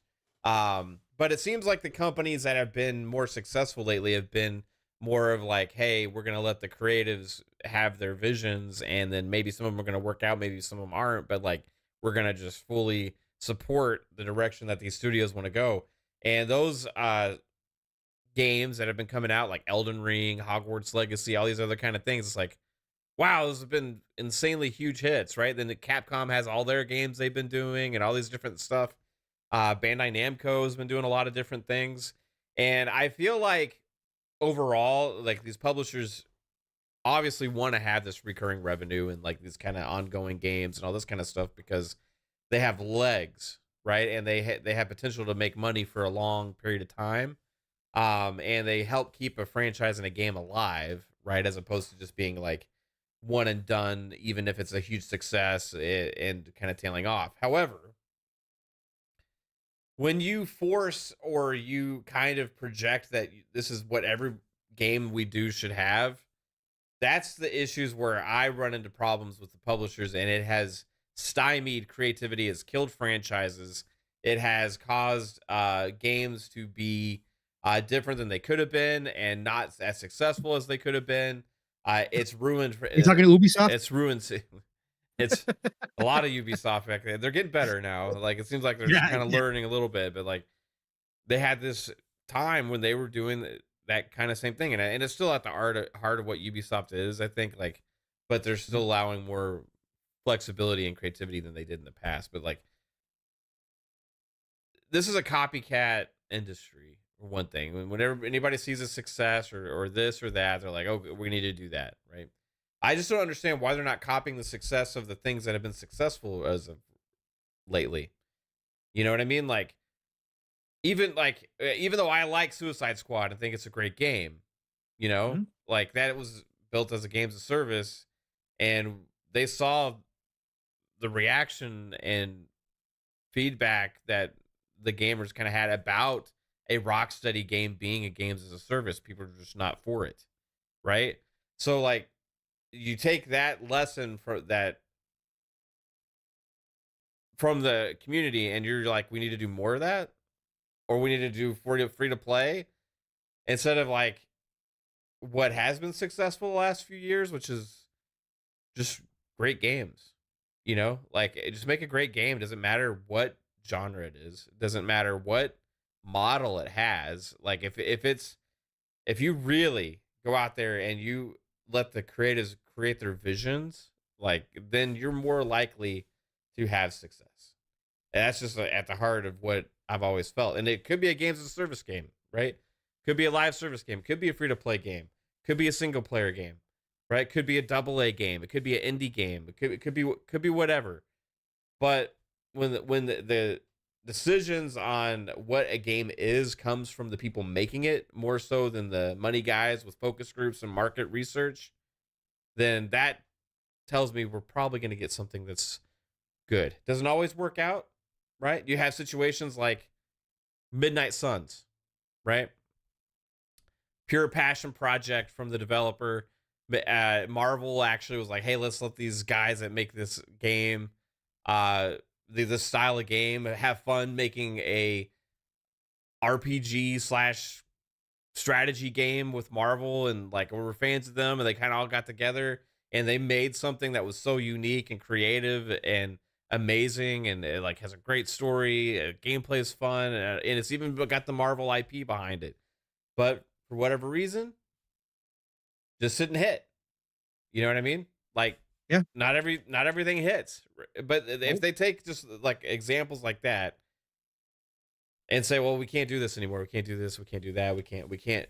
That's the wrong answer, because you're losing out on a lot of potential success in the future. This is how great franchises got made in the first place. You know, you keep trying things, but like if you put all your eggs in like this is my main issue here, because I know that they're probably going to spend a lot of money and a lot of time working on whatever these are, right? When you spend like years and hundreds of millions of dollars and stuff, and you have all of this dev time wasted and all these other things, and then something doesn't hit and it's just like, nope, it's gone, then that kills a studio. It kills potential franchise. It kills a lot of things. It hurts the publishers. It costs people's jobs. Costs gamers potentially have gotten other games in that same time frame from amazing, talented people. And at the end of the day, you have nothing to show for it except a bunch of wasted money and time, right? And I feel like experimenting and doing some of those things are cool. I like it, you know. But Yeah. like I think I just don't understand why some of these companies don't go more bigger on the slam dunks and the things you know are going to be big and successful, and like that's what you put a lot of your money and resources in, and then you like experiment more with the other things, the free to play games of service, all these things, and kind of start small and let them grow. You know, like you look at Helldivers 2, right? Had not as much expectations. It didn't have as crazy of a budget, didn't have as big of a team, but it's a huge success, right? Right. Because it's a good game. And now it's going to get bigger and better over time. You look at Power World, Yep. you know, small game, you know, not small game, but like, you know, No. some small team, Yep. you know, like, not a crazy budget, you know, kind of experiment, like it hit, you know, like that's kind of what I wish the industry would go to with experimenting with free to play and games of service and stuff, is like, you know, try different things and see what works, and have developers kind of lead what their visions are for making those kind of things, because you can have lots of great ideas with free to play games of service, but I think the best ideas come from the developers themselves that are really passionate about making whatever it is, Yep. and then give them a look, say, hey, okay, yeah, we're going to try this. Look at Grounded, right? Another example. Okay. Like you have all these different successes like that, but then did you have the ones where like, we're going to put all of our fucking money into developing this games as a service, live service thing. Oh, we're going to charge $70, and then we're going to charge for microtransactions. Oh, this is going to make us so much money, guys. It's going to cost us $500 million, but it doesn't matter because we're just going to, it's going to be insane. We're going to make so much money. This is like going to be the games as a service that's going to be our biggest franchise ever. And then it comes out and it flops, right? Correct. That Yep. happens time and time again. And then you have these other little games come out of nowhere and they're successful. Please invest the time and giving us the shit that we want. Please. Put Rocksteady on another Arkham game, please. Like, put a WB Montreal, right? Like, hey, Mm. Wonder Woman, we don't know what it is right now, but don't start fucking with it because of this decisions, right? Like, don't Yep. start saying it needs to be this other thing because of our market research and focus groups and what we think that is going to engage the players the most and all these other kind of things. Like, let the team that's making the game make the best fucking shit we could play, you know? Right. And that's Agreed. ultimately like generally my feelings about it. It doesn't mean that all games of service games are bad or live service games are bad. I just want them to not always chase something without the creativity to be the core focus of the product. Like it really, Yep. that's video games are special for that reason. When we feel like we're paying something that is just built to take our money, like that is when like it's not as special. Like if we play something where it's like good at its core, and then they can build off from that, then I think there's a lot more room to grow. No, I Anyway, agree. I agree with you. The thing is, and Steele and I kind of went back and forth on this, whatever else. Like, again, I'll say it. Like, I understand why they want to do this, right? yeah, I get it. But like to Mav's point, I think you have to have balance. You have to pick and choose your spots. And I'm not saying that I think that WB is just going to abandon single player games or that we're never going to get a Hogwarts Legacy 2. If there's any intelligence at WB, they're already greenlit a Hogwarts Legacy 2, right? That's an automatic, and it should be. I just don't want to see them shift like Ubisoft seemed to at one point and think that that was the only way forward and forget the importance of single player games, right? And I know there's a whole group of Steel Reigns out there that absolutely would prefer multiplayer games over single player games. Not that Steel doesn't like single player games, he certainly does. But if he had his choice, 9 times out of 10, he's picking a multiplayer game to spend and invest his time in and his money, right? That's fair. And I get that there's a lot of people out there like that. But for me, I still want to see the single player games be given a chance, right? And I know they're not all going away. We're still going to have single player games. So I'm not being doom and gloom here. I just hate big companies like WB after having a massive success like Hogwarts Legacy. Yeah. I have to scratch my head and go, but your next investor call after having this gigantic success, best-selling game of the year, your next investor call is, yeah, but we got to go free to play mobile and games. Like, really, you're not going to celebrate it all and like say, hey, we saw the success of Hogwarts Legacy. We think there are teams that we have that can build upon that with some of this great IP we got, and expect some more single player, home runs to come out of our teams. And oh, by the way, yes, we're also looking at expanding some of that IP to free to play mobile and games as a service to go ahead and make sure that we get some revenue streams coming in here. There's just different ways to say this. It just seems like I just don't want to see them do the Ubisoft thing. That's all. Yeah. That's all I'm saying. So I'm not doom and glooming. I hope we see the single player experience live on for WB, because I think it's ultra important that happens. And I just want to see balance. That's all. Would I be down on a Hogwarts, MMO as long as I get Hogwarts Legacy 2? No. Go for it, right? It might be something I wind up loving. Do it. But make sure you just don't forget the single player experience too. So that's all. Yep. All right. And I just looked it up, by the way, folks. The Saboteur is $4.99 on EA's on Steam. So again, if you have not played the Saboteur, please, $5. You can spend $5 in a heartbeat anywhere in the world these days. Go pick up the Saboteur. Freaking amazing game. Anyway, so promoting this because I'm so happy that I'm going to be able to play that, and it's going to be a beautiful experience because it's not backwards compatible, which sucks. Saboteur is one of the most underrated games of the 360 generation ever. Anyways, all right, Mav, let's get into this now that I closed down my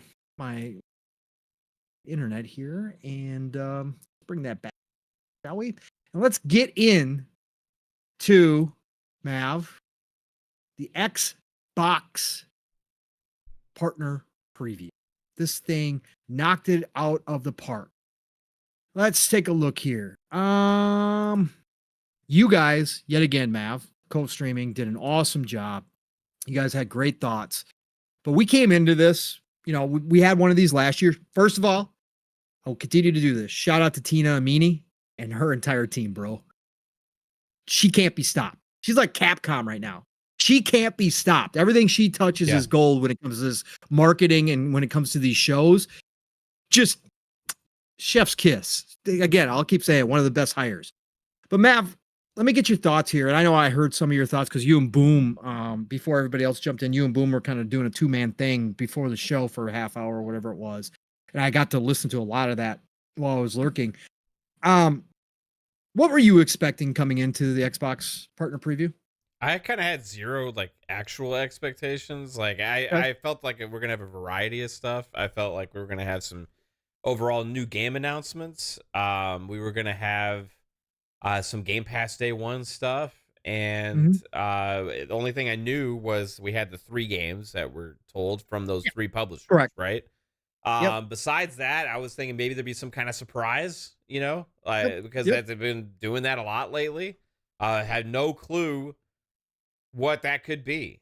Um, there was Right. some speculation out there thrown out from Steel and Boom and stuff like that about possibly like Elden Ring, you know, like for Game Mhm. Pass and stuff. Would be like, hey, that kind of Mhm. makes sense, you know, it could Yeah. be.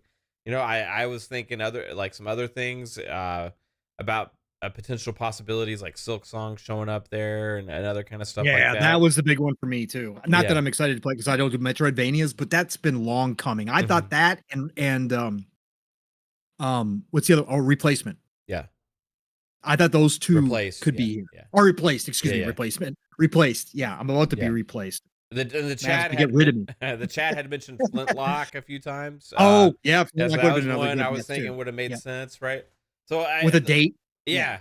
yeah, those I kind of were maybe expecting more, but like at the end of the day, like we got a lot of games at this thing. So like and there was actually like they started off with now some of these didn't say because they like made a point after like a series of Yeah, four games to like new game announcement or whatever. Some of these I had never heard before or seen before didn't yeah, say new game announcement on them. But that's kind correct. of like the benefit of one of these kind of shows because now I know about this game and I didn't before if it was like announced in a blog post or announced like in a small like a future game showcase or anything like that. Now it's at an Xbox show, right? And it's Game Pass Day One or not, whatever. And I'm like, oh, well, this is really cool. But I thought there was some games. There's a couple of them actually that Mm. weren't new game announcements I had never heard of before, but I thought were really interesting like games. So, um, Bro, I got the same like, I had the same general feeling going in, right? I yeah, thought some of the stuff that we didn't get dates for that was supposed to be yeah, last year, right? That we were supposed to get that got delayed till 2024, hmm, like Replaced, like a Flintlock, that's a great call out, by the way. Silk Song. I thought maybe this was the show where they show up, right? And I thought maybe we get dates. yeah, I thought that would be huge. That was kind of my initial thoughts going into this. But like you, I also expected like to see some new things and to get some Game Pass announcements that maybe I wasn't expecting. Um, but to your last point there, Matt, that's something that we 2.5 years ago, hmm, 3 years ago, started talking about when they started making these acquisitions. And I thought this was a great point. So I'm gonna hit on this. We had these discussions when we were talking about these acquisitions that Xbox was making and how big their umbrella was getting and how many studios, how many games are having. And when we were clamoring for a Nintendo Direct style show, this is exactly the reason, that exact thing that you just pointed out, Matt, that a couple of these games were not the first time. Now, I did remember seeing a couple of these games like Unknown 9 before, which was not a new name game announcement. And what was the other one? The other one was that weird that oh god, what was it? Hold on. a sleight I of think it's hand. no, not sleight of hand. No, not sleight of hand. What was the other one? Oh, come on, Windows Central. Alters. You got yeah, alters. Thank you. Yes, that was not a new game announcement either. I kind of had Yeah. remembered those. But our main point, Mav, was how are they going to make sure that all these games, and again, this is third party, right? This is Hmm. third party, not just first party, but third party. How are all the games that are going to be coming to Game Pass that are first party or partnerships? How are they going to make sure they get the spotlight? And that's when we were hammering the table and saying, you guys got to have some type of direct. You guys have way too much content coming to Xbox to not be able to have more shows that showcase these smaller titles and make sure they get their limelight. So what you said was perfect, Matt, because that's exactly what this did for a few of these games. And then, I said we're going to have some new stuff in here. We'll probably get some updates on some of the big things that we do know about. Yeah. And that's exactly what we got out of it. And we got more, in fact, than I kind of was Yeah. expecting a little bit here. So Again, hats off to Tina Amini, and I'm going to be going through Windows Central here. I'm not going to read all of their stuff, but this is a good layout of all the stuff that we did get to see there. And we're going to start with Unknown 9, Awakening map. Now, we got some other people that actually have previewed this or got to see it being played, I should say, today. There was some reports from some people who got to watch this behind the scenes be played, not hands-on. They got to see one of the developers play this game. So we got a little bit more information out there today about this game. But this one, I heard you guys, Mav. When this popped on the screen, I think it was Steel or you that said Assassin's Creed right out the gate, right? Yeah, it looked like Assassin's Creed, but then Steel was like, no, it's Bandai Namco. And I'm like, Yeah, oh, it is Bandai oh, Namco. that's right. That's because Steel was ahead at that point. Right. Yeah. Bandai Namco. I was like, because when I saw this, when I was lurking and I was working and I glanced over at my phone, I was like, this is not Red. That's not Japan. So I'm like, this is not Assassin's Creed Red. I'm like, that would have been cool. But I'm like, no, that's not. But is this like some like Mirage DLC or like they're gonna expand Mirage? Because the character looked like one of the characters from Mirage. Right. Yeah. And so, but no, it's not. Unknown 9 is a narrative adventure game from Bandai Namco. It has you step into the shoes of Haroon, a seeker with mysterious psychological powers recovering from a tragic loss. What first began as a quest for revenge transforms into an epic hunt for information in a bid to stop an enigmatic organization from abusing paranormal powers. Man, then this game turned into a strategy game. And I'm like, it kind of seemed like tactics-y a little bit, right? Yes, it did. And then I found out today from the people who watched it is that you get to possess the enemies. So you can possess an enemy and start killing the other enemies, tactic style. Right. So that's kind of going to be the gameplay loop as far as the strategy of who you possess, right, and take over, so that you can cause damage to the enemies, right? That's going to be part of the gameplay loop. Coming in summer of 2024. So, Matt, once you saw that it wasn't Assassin's Creed, that this was Bandai Namco, this is a game that, again, maybe you remembered, maybe you didn't see before. I couldn't remember that I'd seen this one. This is the one I didn't really remember. Like I did kind of, but then I was like, do I really remember this? But anyways, I saw that was strategy. I saw that this is coming summer of 2024. And I was like, yo, brand new game. Another one added to my wish list. This looks great. How did you feel about Unknown 9? Yeah, I was surprised it wasn't a new game announcement because I'd never seen it or heard of it before. Or if I had, I didn't remember, So I think I'm more interested in the fact of the strategy and the tactics elements than I am about anything else, because I don't know if I've played a game that looks like that in that genre. And weirdly enough, Pong, when it started showing some of the little bits of the gameplay at the end of the trailer, I got Midnight Suns vibes a little bit from some of what we saw there, like just slightly. Not slightly. The card based stuff, but the way that they were showing the abilities being done. Correct. The action sequences, So I was like, interesting. So I'm really curious. I gotta find out more about how the actual gameplay is gonna be in the systems. I tried to look up information like on the Xbox Wire and all that kind of stuff, and it was just speak about like, oh, we're at inspiration from this or that. It's like kind of hard to really get an idea of exactly what it is. So I think there'll probably be more information and more videos and gameplay stuff come out before the game releases. But you know me, I'm like into the strategy stuff and tactics stuff. So that kind of is interesting to me. But this one Game Pass? Do you remember? No, I don't think this one was Game Pass. Okay. This one was not Game Pass as far as I remember. Yeah. So, but Bandai Namco again, just something completely different, man. Like this is what we're talking about earlier, man. Like this game could end up being a flash in the pan. It could end up being nothing, or it could end up being a huge hit. You know what I mean? We don't know, but I love the fact that it exists. Correct. That's what I'm excited about. That's why this is the golden age. The amount and different content that we're getting from all different genres coming out of the blue surprises is just amazing. Again, the AA side of things is really kicking off. Like they are experimenting still. They are bringing new games and they're coming to console. Again, this is a strategy tactics game. Last generation would have been more than likely only on PC. Again, there's a billion of these on Steam and on PC, right? You can go find games that you've never heard of in these genres. but we didn't get those last generation on console. They dwindled to nothing, and they're coming back. They man. were only the ones we got Yes. last generation were like Yes. from like these obscure indie type Right. developers that were Right. like just crazy, like very small budget, like weird things Correct. that never had a chance. It's so cool. It's so cool, man. And again, this show, you and I was going nuts at work because I was like, oh my God, okay, this looks great. And speaking of that, they followed that up with Sleight of Hand. Yeah. Another new game that we had no idea about. Now, this one is not coming until 2025, but this one was confirmed for Game Pass. Mhm. So this is a new addition to Game Pass, already kicking off 2025, right? A year out at least. And we already know a game that's coming to Game Pass, but Sleight of Hand came out of nowhere, man. Love the atmosphere, like that noir type atmosphere, right?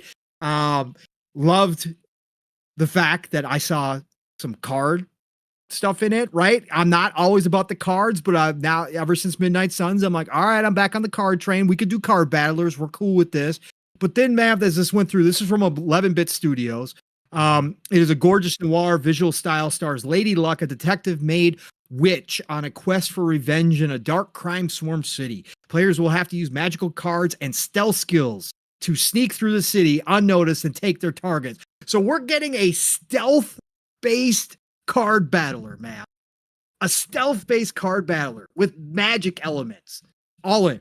What'd you think about it? Sleight of Hand. I want to see the gameplay, like the way it looks and stuff. How but, it works.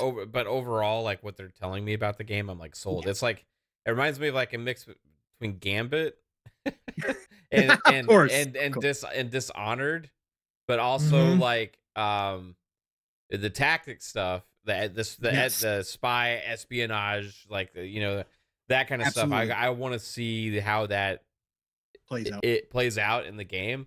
But yeah, dude, I'm gonna play the shit out of this for sure. Bro, so cool, man. I was like, yo, we're already first 2 games in, totally different games, like that I wasn't expecting. Great start, right? Great start. Yeah, I was like, yo, this is like 2 brand new like, well, okay, so not 2 brand new games Yeah, because but to me it was, and Yes, I think to most of the audience it was like, I was like, what's this? What's this? Oh, this is cool. Yeah, it's in Game Pass. Oh, that's fucking awesome, man. Like that was my reaction at the beginning. So. It was, and I was doing the same thing. I was looking because I was like, yo, I was not expecting this. And then they come in with a third one, man. Right out the gate, we're just rocking and rolling. The Altars shows up. Yeah. Now, I did remember seeing this, but we saw a very early build, and I think this was at one of the Future Game shows last year. And I'm pretty sure that's where I saw it. And I remember the idea behind it, that you were going to be taking and duplicating yourself, and it was going to be kind of a puzzle in a way, right? So this is a unique psychological narrative-driven social survival game that tasks players with surviving in a hostile environment. The Altars is another exciting game coming out of 11-bit. 11-bit is killing it, right? I love this partnership. I didn't know Microsoft or Xbox had a partnership with 11-bit, but hey, they do. You'll play as Jan Dolsky, stranded on an abandoned planet with only one goal: survive. Man, I heard you guys, and I was like looking over, and I was working, and I was looking right out the gate. Death Stranding vibes, Decima engine type looking, but then it's like this base that you have, this circular like base shelter or something, and then they started showing that you have to build these different rooms within this base. But not only that, this base moves around, right? It rolls or whatever the heck it does. But then you're going to all these different types of environments, and you're having to solve things, and then they started talking about how your altars come from different universes where different decisions have been made, and it alters your personality, so they're like a different person, but they look like you. And then they're going to have interaction between them and you, and you're going to have to monitor them because they could wind up fighting and causing discord. Like, this is like the altar. It looks crazy to me. Like, this is another game that I was not expecting, that all of a sudden I saw it, and the more I learned about it, the more hyped I got for it. Different abilities, different mindsets from these different versions of you, which are going to affect how you play the game. This one also is coming later on this year and coming to Game Pass, Mav. What'd you think about the Altars? First off, it looks like graphics were gorgeous, right? Yes, It yes, looks yes. like a kind of a chill, relaxing game to play, so that kind of has me interested Mhm. in it. But overall, to be honest, like the thing that Yeah, interests me the most about this game is the concept of the alternate versions of yourself, right? Because it's something like occasionally you really want to go down a rabbit hole and really think yeah. about life and stuff. And Mhm, sometimes I'll do this kind of crap, right? And like, mhm, of okay, course. you pick a random moment in your past. Okay, Mhm, could be like when you were a kid, mhm, like something happened with your parents, or like let's say something you did in mhm. high school, or like a decision you made to go take a certain job or do something else, or you take everybody has like a million of these moments, Yep, and if you take one of those and have a different decision made, and you yep, really start thinking about the ripple effect of that and right. the consequences, like today you would be you would have lived a completely different life just from one little decision that you made that seemed so inconsequential in the past, right? Yep, And so that correct. concept has like always kind of like interested me because it's like that what if thing. And to see like them kind of bring that to life here where you have like alternate versions of yourself where you can kind of see the different like reactions from the people, or different like way that they've developed over time because of those decisions. That's like it's super interesting to me. So just for that Yeah. reason alone, I'm in on this, dude. No, and we have mathematical theories that prove that there are probably are Yeah. multiverses and different versions of us for every single one of those little butterfly things that we think about. So Yeah. yeah, no, I agree with you wholeheartedly. And again, getting another sci-fi game map. Again, sci-fi, sure, we've seen a lot of games in sci-fi, but sci-fi is something that again I think technology-wise has taken longer to develop in games because of how complex it can get, Yeah. and they just didn't have the technology to make these types of games. Now we got these smaller studios making sci-fi games, which is a great, and we're expecting some bigger sci-fi RPGs to come out. We just got Starfield, etc. But sci-fi genre still to me is underutilized. I want to see more of this stuff because there's so many different interesting aspects you can get into. Case in point, the altars. Like Yeah. I love this idea. So all about this. And then we got another shocker. Another surprise. I should say shocker, like it was some like mind-blowing game, but I'm just saying another game that just continued this diverse lineup that, and again, stuff that we hadn't seen before. The Creatures of Ava, right? The Creatures of Ava, Yeah.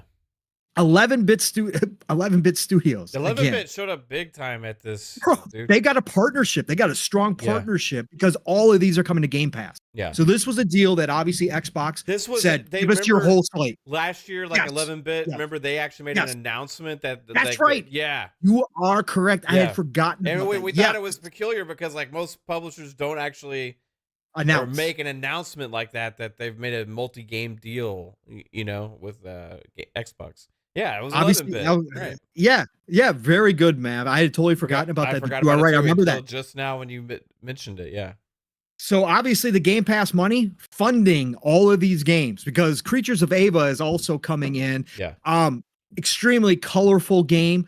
I don't know if this one's going to be for me, but again, I don't care. Interested in creature taming like Pokemon, but with the gun-based violence and surprise hit Pal World. Another Xbox partner preview showing from 11-bit Studios is Creatures of Ava, which is more creature saving than taming.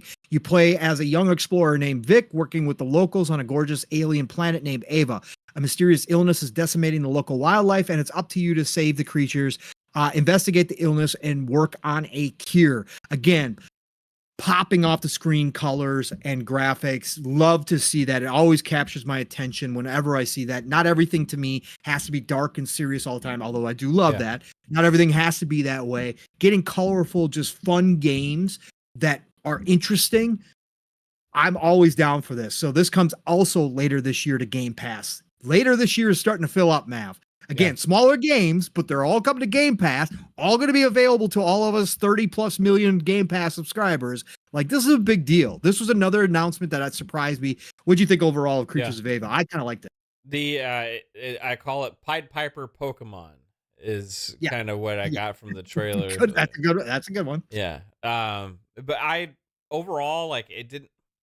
The trailer didn't really do much for me. It's not really necessarily my type of game, Right. it seemed like. Right. However, like, it's gonna be in Game Pass, so I'll probably end up giving it a go. Right. I wanna see more of Yep. the actual gameplay and stuff from it so I Yes. can know.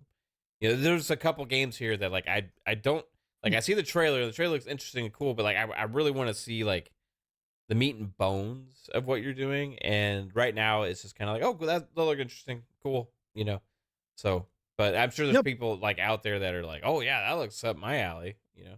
So, But 11-bit filling up the Game Pass lineup. I mean, again, this yeah. is what's great about Game Pass. Again, it's always hard to sell people Game Pass that don't play a lot of games, and I get that, and I think that's kind of why we've seen the cap on Game Pass, because you really got to be somebody who thinks that they're going to go in and play a lot of games sometimes to say that it's a value. Obviously, I'm one of those people. I get as a grazer, like I don't care. When I play a game for 5 minutes or 5 hours, it adds value to my Game Pass, my subscription, right? I say I get more than oh my God, I can't speak. Subscription price. I get more than enough value out of Game Pass. It's huge for me.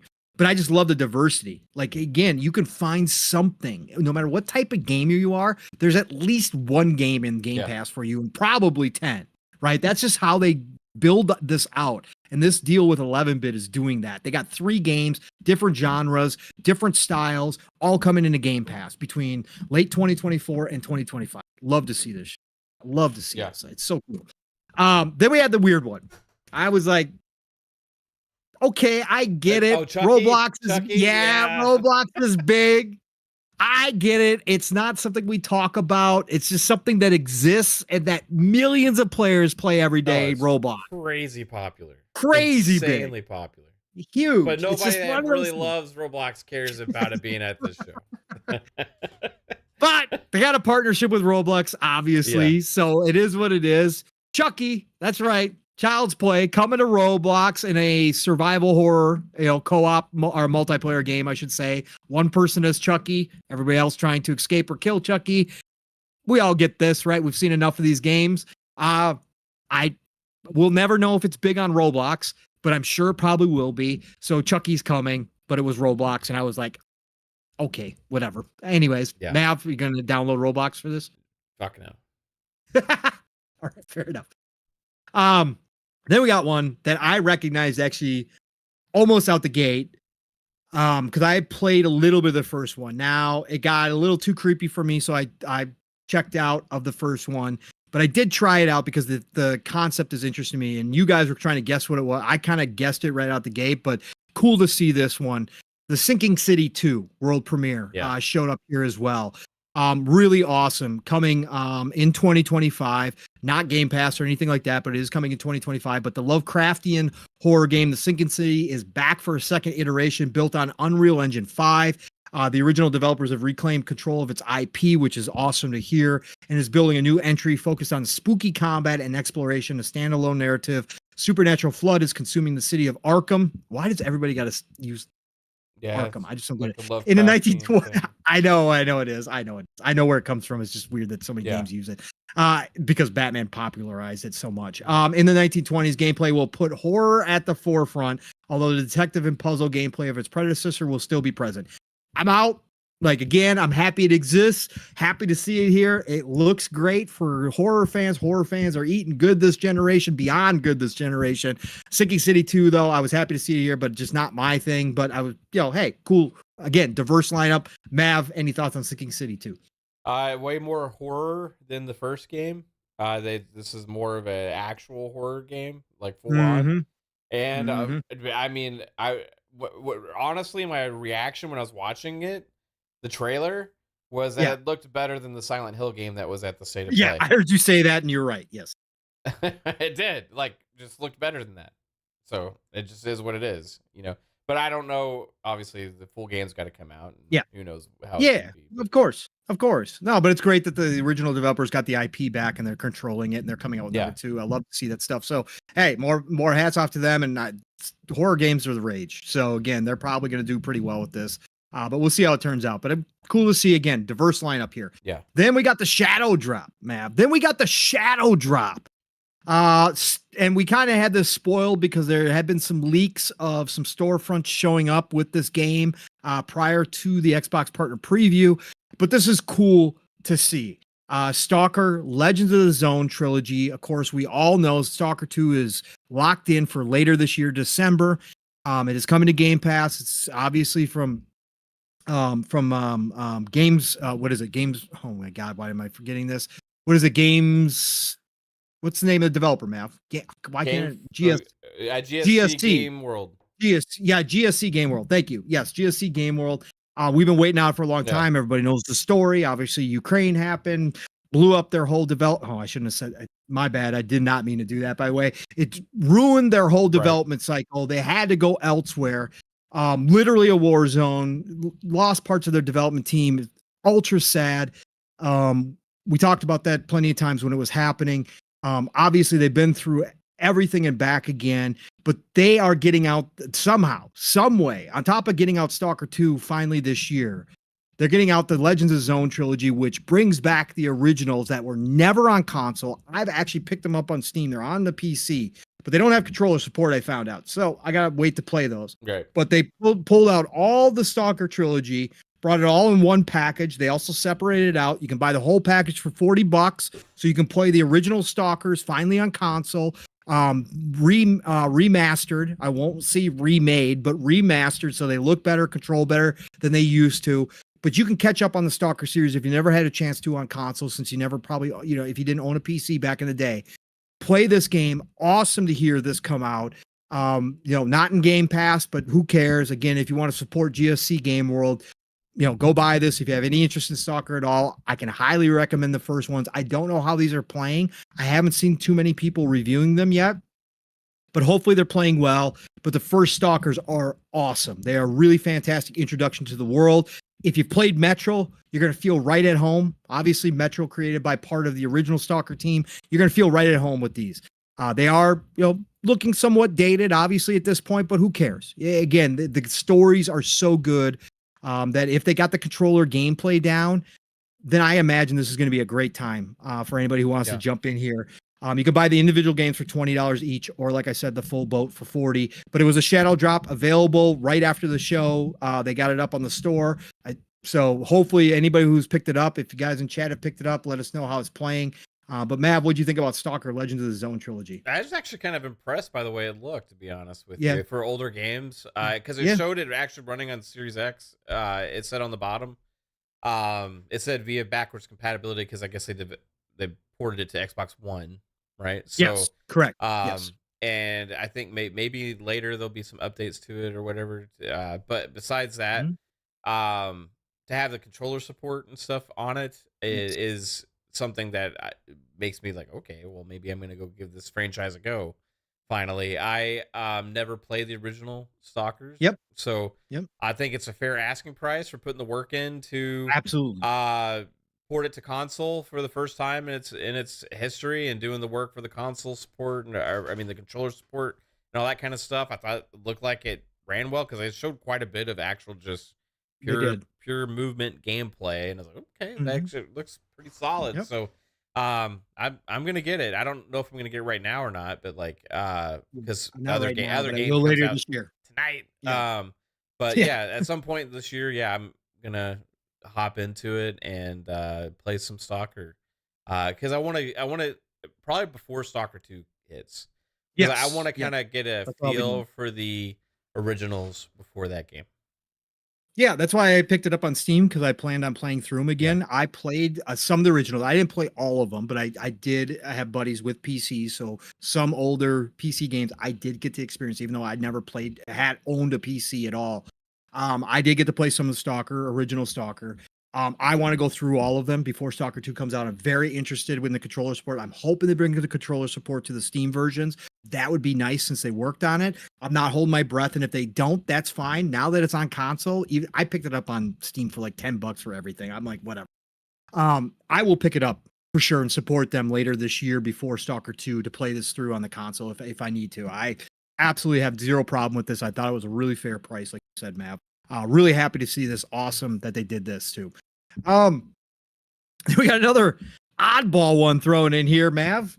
I heard Steel say he was actually interested in this. That's cool, Steel. I'm happy for you, brother. Hey, cool. I haven't been into monster trucks for a long time, but Monster Jam Showdown. Yeah. I used to go watch monster truck shows all the time live. Like, here in Minnesota, Minneapolis at the Dome, the old Dome, we used to get the monster truck jam all the time coming through town. And we used to go when I was a kid. So I was big into monster trucks. Haven't been in a long time, but this game looked cool. I'm not going to lie. It looked fun.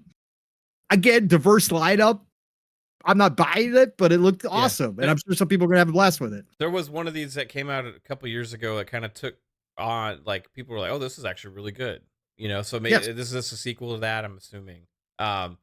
Yes. But that is correct. overall, yeah, it looked cool. Yeah.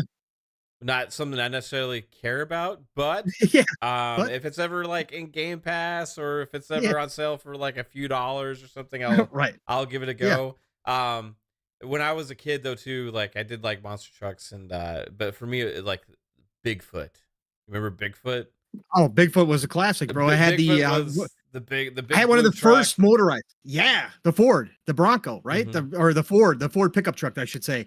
I had one of the first motorized battery operated Bigfoots that they came out with. Like it had it wasn't remote control back then. You had to use they had like controls on it and you could set it up to do different tricks and stunts and stuff. Yeah, I had that for sure. Yeah, Bigfoot was Bigfoot and Gravedigger. Everybody knows Gravedigger still. Gravedigger was in the trailer, right? Yep. But like I don't ever see Bigfoot anymore, man. No. And whenever they show all these things, like a Bigfoot's just a thing in the past, man. But Bigfoot was everything back then, dude. Yep, it was, man. And Bigfoot was what started it all, man. The craze. It was awesome, man, back in the day. So happy to see this again. If you guys are picking it up, enjoy it. It's coming out later this year. So another 2024 game coming out later this year. Then we got actually a bonus for Xbox Game Pass Ultimate subscribers. For you, those of you who don't know, Persona 3 obviously dropped into Game Pass, right? Persona 3 Reloaded. Dropped in Game Pass as part of the whole Persona series from Atlas, finally making its way to Xbox and all of them coming to Game Pass, which is freaking amazing. Again, I have not done my Persona run yet. I will eventually do that. There's just been way too much to play, but I was one of the people clamoring for them. And it's not a fake hype thing. Persona is freaking amazing. It's just that I've got too many games to play and I'm jumping into 100-hour plus JRPGs right now. Like really, like just don't have the time, right? But I'm going to eventually, I'll probably wind up buying them because they'll be out of Game Pass by the time I get to them, but I don't care. I'll wind up buying them. That's how much I love Persona. But Persona 3 Reload, there has been some negativity towards it because Atlas did or is making people pay for a lot of the DLC, which adds to the story content. So a lot of people feel like the Persona 3 Reload is actually not a complete game. And I can hear this because a lot of the story elements have been turned into DLC from Atlas. So it was nice to see here, Mav, that Persona 3 Reload, the expansion pass, is going to come to Game Pass Ultimate subscriber. So you won't have to buy that DLC pass. That is really nice. Really like this edition. This is something we talked about way back in the day, Mav, that eventually this would be another bonus that Xbox could do by offering some of the Ultimate editions in the higher tier Game Pass, right? That they could start doing this with certain partners to, just say, hey, as a little bonus for you guys, you got the Ultimate. Cool. You also get this DLC stuff. So love to see this. This is a really big moment for especially the Persona fans who are playing it on Game Pass. Love to see this move from Xbox. I thought this was a really nice touch here. Yeah, same. The Ultimate perk, I was like, I haven't seen that in a while because notice it just said Game Pass Ultimate down there. Like, okay, for the expansion pass, interesting. It seemed like a lot of music tracks that are for, like content like that. Outfits, but there is story content here as well. It's going to come in 3 waves, just so everybody knows. March 12th will be the first one. Will be available. Yeah, March 12th will be the first one. Wave 2 will arrive in May, while Wave 3, the eagerly anticipated episode Aegis the Answer, which is the big story DLC, will drop also in 2024 later. So that's pretty cool, man. Pretty cool. Yep. Love to see it. Good deal. Oh man, here we go. Another game that we saw last year, Mav. not going to be for me, but I can't tell you how much I love it. Again, this is a Souls game, but man, do I love the look of this, bro. And I want to play it. So Steel is off the charts hype. This is all Steel. I heard all of you really excited to see more of this. The first Berserker Kazan. What a showing. What an absolute crushing showing. Like, again, I refuse. I just know myself. I just can't buy these games. If it was coming in the Game Pass, would I drop in just to try it out? Absolutely. But it's not.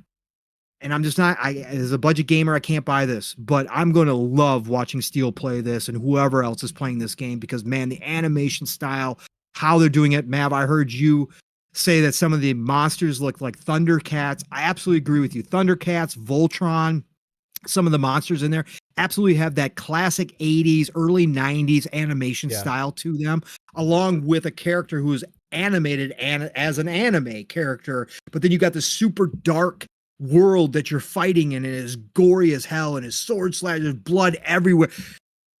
Everything about this game is me, except the fact that it's a Souls game. Okay, everything about it is me. But man, what a showing for first Berserker Kazan, and awesome to have Xbox get this on their stage as a partnership. This is a game that last generation most likely would have skipped Xbox. This generation not happening. What do you think about the first Berserker Kazan? This is gonna be a Souls game I play. Okay. I love to hear it, man. I love to hear it. Then I'll love watching you too, and I will feel your suffering, sir. The animation style, the way the game looks, like everything just like screams to me that I have to pick up a controller and feel it. Like I love the character designs. I love the realistic but still kind of cel-shaded aspect to it, because it, like, I look at it and I see these characters, and it takes me back to seeing that like more mature kind of hardcore like art style of some of those cartoons from the 80s and stuff like that, when they were trying to be a little bit more dark and stuff, like for the audience back then. And like the I think I just honestly, and I said it a couple times during that, I kept thinking Thundercats when I was watching it. Like just the enemies, like you had the lizard guys and stuff. Like if you look at Mum Ra, like the main guy from main enemy from Thundercats back in the day, like with the rags and the wave, like the stuff flowing, and even in the intro, like I just got vibes from that, from some of the enemies that he's fighting, and I'm like, I gotta pick up this controller and play this game. Yes, sir. I totally understand why, Mav. Again, is gorgeous. It speaks to me in every way except freaking Soul. Yeah. God dang it. But that's all right. Again, I don't hate on games just because they're not for me. I appreciate it. And like I said, I'll watch you for sure stream if you're going to stream, because I can't wait to see my frustration in you as you play through a Souls like. But I hope you enjoy the hell out of it. And of course, I can't wait to watch Steel, because Steel is going to be eating this game up for breakfast. This is his jam all the way. It's going to be freaking awesome to see everybody out here enjoying this. No date on this one. And again, I saw some people in the chat asking, no Game Pass announcement for this one at all. So it just showed Xbox coming to Xbox Series consoles. No date, no Game Pass announcement, nothing. If it does surprisingly show up in Game Pass, I will download it and try it. It just said it, but it's, as of right now, it's not. Yeah. So, then we got another look at Tales of Kenzera Zhao. Now, this was the emotional showing at the Game Awards that we got from the gentleman. This has got African mythology in it, which again, Steel and I have talked about this multiple times on Living Split Screen. That African mythology is underutilized in gaming. It is underappreciated. There's a whole lot of lore from Africa to be used. This gentleman dedicated this game to his dad, his father who had passed away. Like, I had tears in my eyes when he was speaking about this game. The game is so damn cool looking.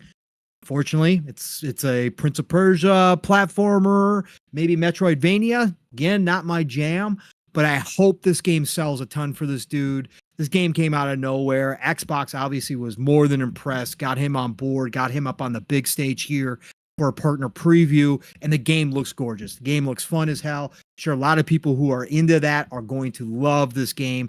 different ideas here just because, again, we don't see a whole lot of African mythology used. So I'm happy to see that representation here in this type of game. Like, this is awesome to see. Really showed off well. It is available already for pre-order for $17.99. It is part of the EA indie program. So go check it out. If it's for you guys, please pick it up and support the studio. Again, a great story behind it. Matt, what'd you think about the Tales of Kenzera Zhao? Yeah, it looked good. It looks like it's kind of Metroidvania-esque, right? Type game is kind of the vibes I get from watching the gameplay of it. I like games like that. I'll give it a go for sure. I don't know if I'll be day one on it because it's just there's so much to play, but it does look really cool. Don't have a lot to say about it. No, that's fine. I mean, again, absolutely, it's a smaller game. Again, $17.99. If I had any interest in platformers and Metroidvanias, I'd be picking this up, right? I just don't. But I know a lot of people are into them, especially coming off of Prince of Persia. Yeah. Right. Go one out. If you liked Prince of Persia, go check this one out for sure. It's right up your alley. Yeah. And I love that EA has this still. Like, we've seen like great things. Still do so well. It Takes Two, and like some great fantastic games. Last year there was that was it the dice I can't remember the name of the game, but it had like dice and like a random numbers and stuff. You throw the dice and it had like was it Demon game. Dice? No, Demon Dice? No, it's like had like I can't remember. Oh, I know which one you're talking about, Mav. Yes, it looks like Alice Random. Oh God, yes, I played a lot of that game because it's a lot like Alice in Wonderland, but with dice. That's what it gives off the feeling of Alice in Wonderland. Something random. I remember random is in the name. Dang it! Yes, it is. And it has dice in it. It's kind of fantastical style. It's dark. It's so cool. I played a lot of that game. It was really cool. Yeah. Yes, it was awesome. I was gonna say, for people who don't know too, EA, that their indie program that they do, that's how they got Respawn, by the way, everybody. For people who don't remember, way back when, Respawn was an indie studio and they partnered with EA through that program, and that's how EA wound up eventually acquiring them. Yeah. Right? That's how Titanfall 2 started. Right? That's how Titanfall 2 started. Or was it first Titanfall? First Titanfall. No, Titanfall 1 was first Titanfall 1 was published and paid for by Microsoft, Xbox. That's why it was an exclusive, right? But it was an EA. It was an EA game. Was EA? Yeah. Okay, all right. So so they went through this program, and that's how Respawn became as big as they are with Zempella. So it was through this program, and the fact, like I said, we criticize EA a lot, but this is one of the things that they've continued this program no matter what they've been going through. They've helped a lot of smaller studios come along. So it Takes Two literally won Game of the Year a few years ago, right? Yep, that is correct. Yep, absolutely. They do great things over there. So awesome. Mav, I played the first one of this, but man, it was great to see this game a lot. This is a niche city builder genre, of course, but there is a day one, baby, rabid fan base for the first game. I played the first game for a bit when it was on Game Pass, because this one was actually on console. The first one was. I played it for a bit and I saw the potential, right? I saw the potential. Now, I didn't play it as much as I've played other city builders, but I really did feel the potential in this one. Frostpunk 2 is coming, Mav. It's going to be coming to PC only first. Eventually, I think probably will make its way to console. But Frostpunk 2 looks like this studio took Frostpunk 1 and said, okay, we got a much bigger budget now because we've built this rabid fan base who loves Frostpunk. And there's a lot of people who jumped in and paid for Frostpunk. So they obviously increased the budget, increased their team, took everything they learned, because graphically, this thing looks gorgeous, man. The city and how the heat, for anybody who doesn't know, it's a city builder. Basically, you're in this ice planet, right? And you got to survive. It's like you got to survive like the worst possible weather. And so you've got to have heating systems galore through the volcanic. You got to do all that city building and planning out. You got to have enough workers everywhere. Game looks amazing. PC, Game Pass, day and date. I will be there, sir. This is coming July 25th, 2024, this year. Another one added. Yes, I know if you're a console only player, I'm sorry. It's not going to be out there day one. Eventually, like I said, probably next year, I probably imagine it'll come to console. But right now, it's coming to PC Game Pass. Looking forward to this one, sir. Yeah, I saw that. I was like, okay. I know the first one is a super popular game. Yeah. I think I launched it a couple times and like just kind of dabbled for a few Mhm. minutes just to kind of see what it looked like. I was like amazed already by the graphics in the first game. So I saw Yep. this, I was like, oh, it sucks kind of not coming to console day one, but however, PC Game Pass, I'll play it on PC when it comes out. That was kind of honestly a little bit underrated one for me as far as like, oh, that's really awesome deal because it's not a game I necessarily would have went and bought Right. right Right, correct. away day one, but Yep. it's a game I definitely will play in PC Game Pass Mhm. day one and check it out. So Absolutely, brother. Great to see. Again, part of the diverse lineup here. Then obviously everybody kind of is aware that Final Fantasy 14 has now showed up on Xbox, right? They've got the beta going as of right now. And we got kind of a surprising announcement. I was really kind of yeah, surprised by this, Mav. I had been clamoring for Final Fantasy 14. Of course, it comes to Xbox during the golden age of gaming when I've got 1 billion games to play, and I downloaded it and fired it up, and I heard the music because I played a lot of 11, and I heard you, Mav, you played 11 as well, the original online Final Fantasy yeah. version, right? I played a lot of 11. I bought the hard drive. You had to buy the hard drive. I've still got it. In fact, Oh, I've really? got the hard drive. I've got the box. Yes, for your PS2. This goes back to PS2 when they first started online Final Mhm. Fantasy. And yeah, so I've got the box. I got everything. I think I even got the instruction booklet in there. But so I played a lot of it. Been waiting for Final Fantasy 14 to come to Xbox. Finally shows up. It's in the golden age. I am swamped with games. I downloaded it, heard the music. I was like, oh my God, this feels so, oh God, I want to play this. But Yeah, then I'm like, do I have the time? Do I it's a honestly have the full time to time sink job, into man. MMO? It's a full-time job. To get everything out Yeah, of Final Fantasy 14, it is a true MMO. That's why, again, I can't, I'm going to jump into this at some point. But we got what we had here, Mav, at the Xbox Partner Preview was they actually announced the release date for Xbox. The full version will be launching, and it was sooner than I thought. And that is coming March the yeah, 21st, right? So massive hit over on massive resurgence. Obviously, reclaimed a lot of people when World of Warcraft was going through its downtime about a year and a half, 2 years ago during the hmm pandemic. A lot of people moved over to Final Fantasy 14. It's been keeping Square Enix's lights on for years now, ever since it found its footing after they redesigned it basically from the ground up and found a winning formula. This thing is one of the biggest MMOs out there. It's finally here, March 21st. And as an addition, another perk coming for Xbox Ultimate, Game Pass Ultimate subscribers.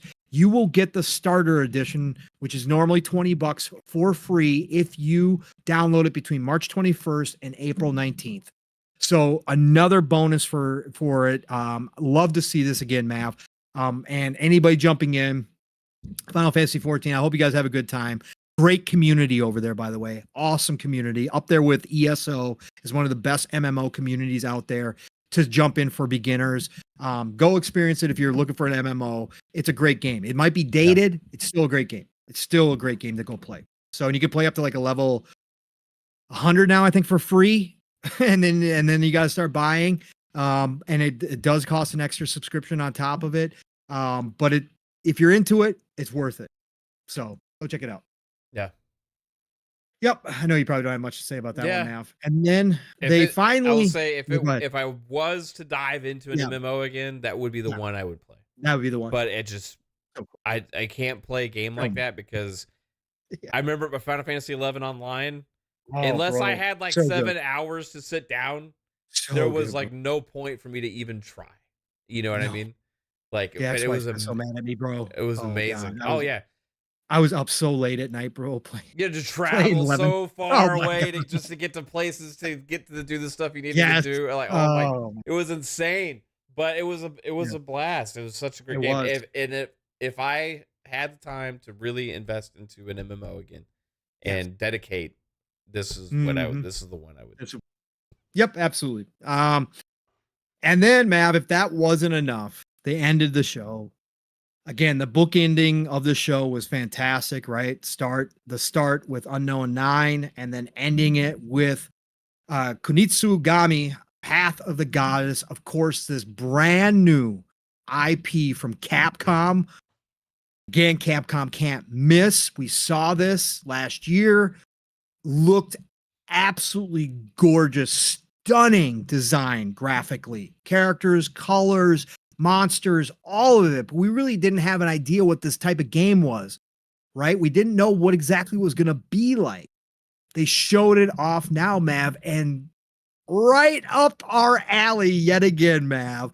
RTS slash tower defense type game in this super unique world that has all this Eastern flavor. And I heard you call it out, Mav. The music, phenomenal music. This is a brand new IP that I think has huge potential to capture a wider audience, even though it's got a mixture of a couple genres that maybe aren't the biggest genres anymore. I think that the way that this game looks, how it appears that it plays with a heavy action focus to the tower defense system, you just so happen to have a group of players or a group of characters with you, NPCs, that you can kind of control and strategize how you want to set them up. I think this can open up a whole new realm for people. This game showed off just, you couldn't have asked for a better showing, I should say, at this stage. Coming to Game Pass, as we well know, this was a big Game Pass announcement at the Microsoft Showcase last year, at the Xbox Showcase, I should say, last year. It is coming sometime in 2024. Still no official release date, but blown away by this, Mav. I went back and watched it again. The trailer itself, 4K. My God, yeah, this game, all about this. I think the panel was unanimous. You guys watching it were all like, "Oh yeah, this is freaking this is going to be a massive game. This is going to be so much fun." Give me your thoughts on Path of the Goddess. Yeah, look great. The strategy elements, finding out more about that and what you're doing, like with the kind of defense style system about kind of fighting against the waves of enemies that come through. You have the daytime, nighttime cycle thing to kind of, you have your strategy phase planning, and then you have the defense. That's like, dude, I love that shit, but I've never played a game like that in this setting style, like from a developer like Capcom. Like this is just like, oh my, I got it. I'm all over this shit, dude. But it looks gorgeous as well. And like I said before, like you just mentioned, like the music, bro, like that music, I'm just all into. I'm into that those shit, drums, bro. Yeah, let's go. Bro. Yes, I was super into it, man.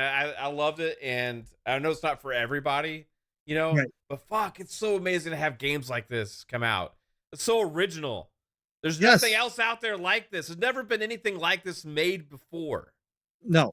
And it's coming, and I don't even have to pay for it. It's just insane, dude. I already paid for it. Like, it's nuts, dude. And this is what we're talking about before. Like, just try different things and let the creatives like have their ideas and make stuff. And it just may not be the biggest thing ever or whatever, but like they are giving this game a chance, and I think it's gonna be, like, I don't know, like I think it's gonna be a new franchise, bro. I think this is gonna be a new franchise for Capcom.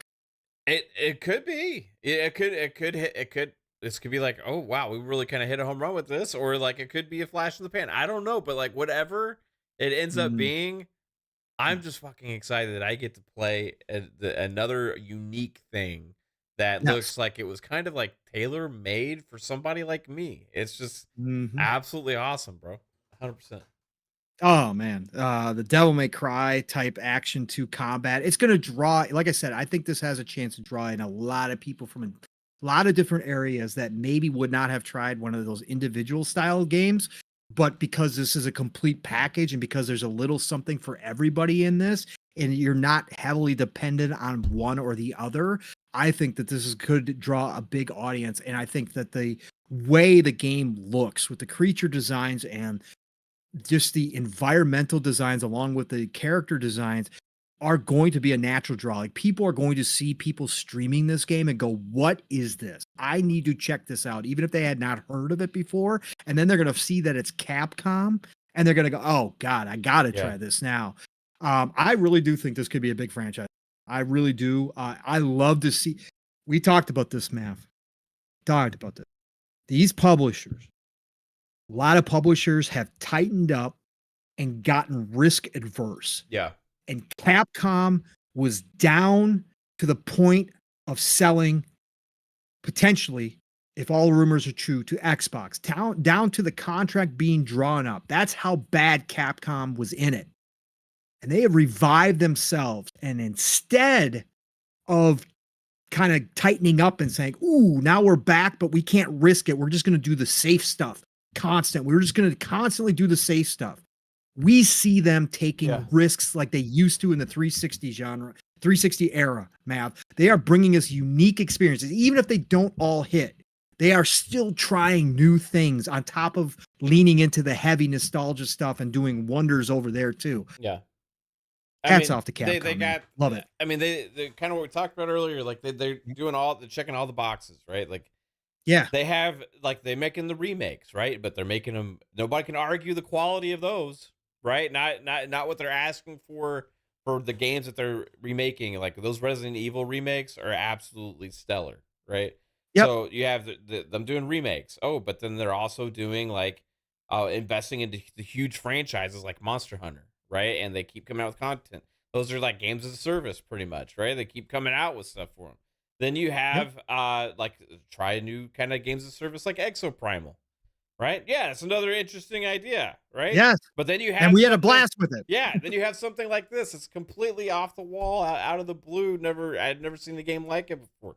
You know, like they're just doing all these different things, and that's what it's all about. Like these ideas that you got to keep chasing one thing from some of these companies is like ridiculous to me, and seeing them have so much variety coming from where they, like you talk about, where they were to like where they are now, and they kind of really built back up about making great original games, and they got Dragon's Dogma coming out this year. Bro, like game that nobody thought was going to get a sequel. Just crazy, man. Just right on, Capcom. Just keep this shit up. Keep going.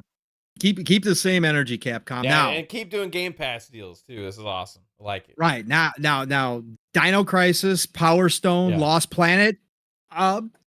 Give us those, please. Take a chance. Bring them back. Let's do this.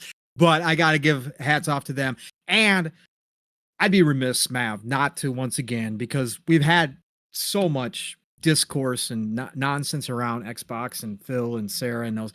Hats off to Phil and Sarah. Again, can't say it enough. What they've done in the East, is their work done? No. Are there still games skipping Xbox? And we hear about those games skipping Xbox all the damn time. Yeah, I hear the community talking about all the games that still skip Xbox from over there. But they have put in a lot of work. Like to go get a Capcom game, 2 original Capcom IPs, and bring them to Game Pass and sell Capcom on the idea of how it could be valuable for new IP. That's all Phil and Sarah going over there time and time again and really putting in the work. Of course, dropping off the bag as well.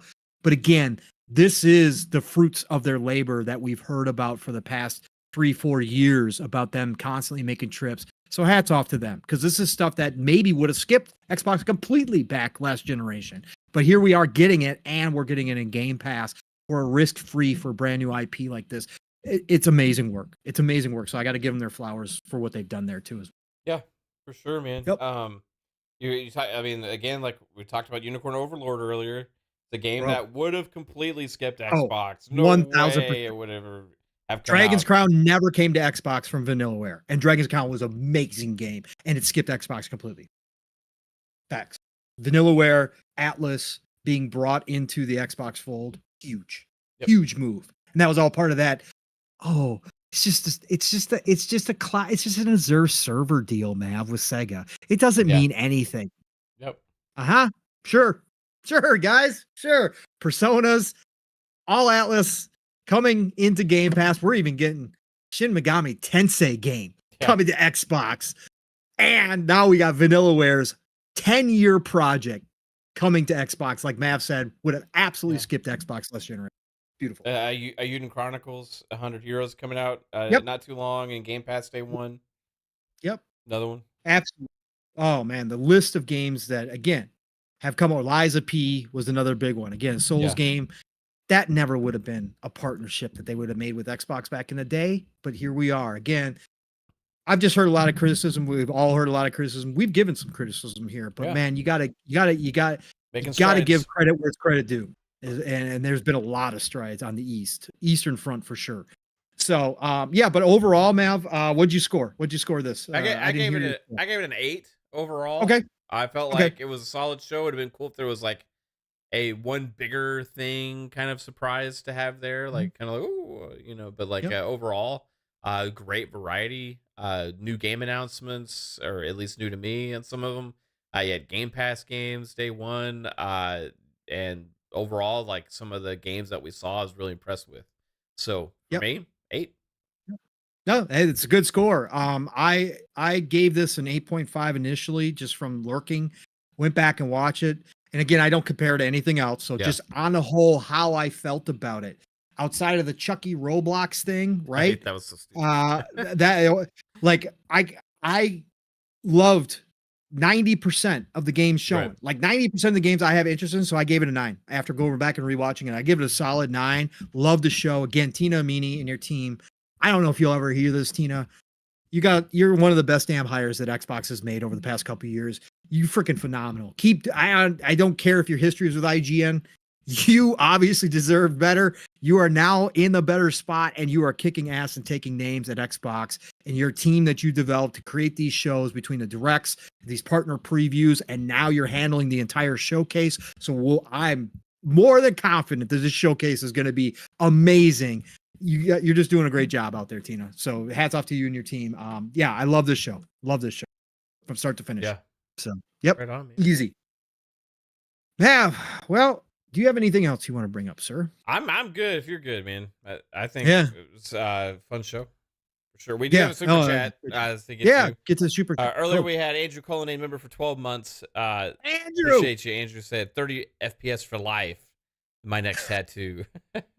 Jesus. Right on. Hey, go for it, bro. Get that 30 FPS for life. Yeah. I think when he's like 80, and we're all playing like at 1,000 frames per second, he'd be like that 30 frames per life tattoo would be interesting. That's cool. Get it, bro. I dare you, Andrew. Spartan661 hit us with a $5 super chat. Said, I loved the free games that we got to download when it was Xbox Live. The last 2 years weren't the greatest, but they are for my retirement plan. Games for me. Hey. Yeah.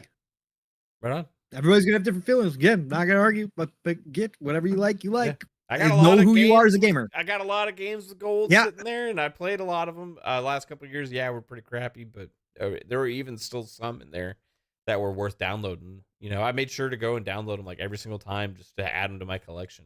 Right. Yeah, it's gone. It's gone. Let's go. Is that everybody? We got all caught up? Yep. That's it.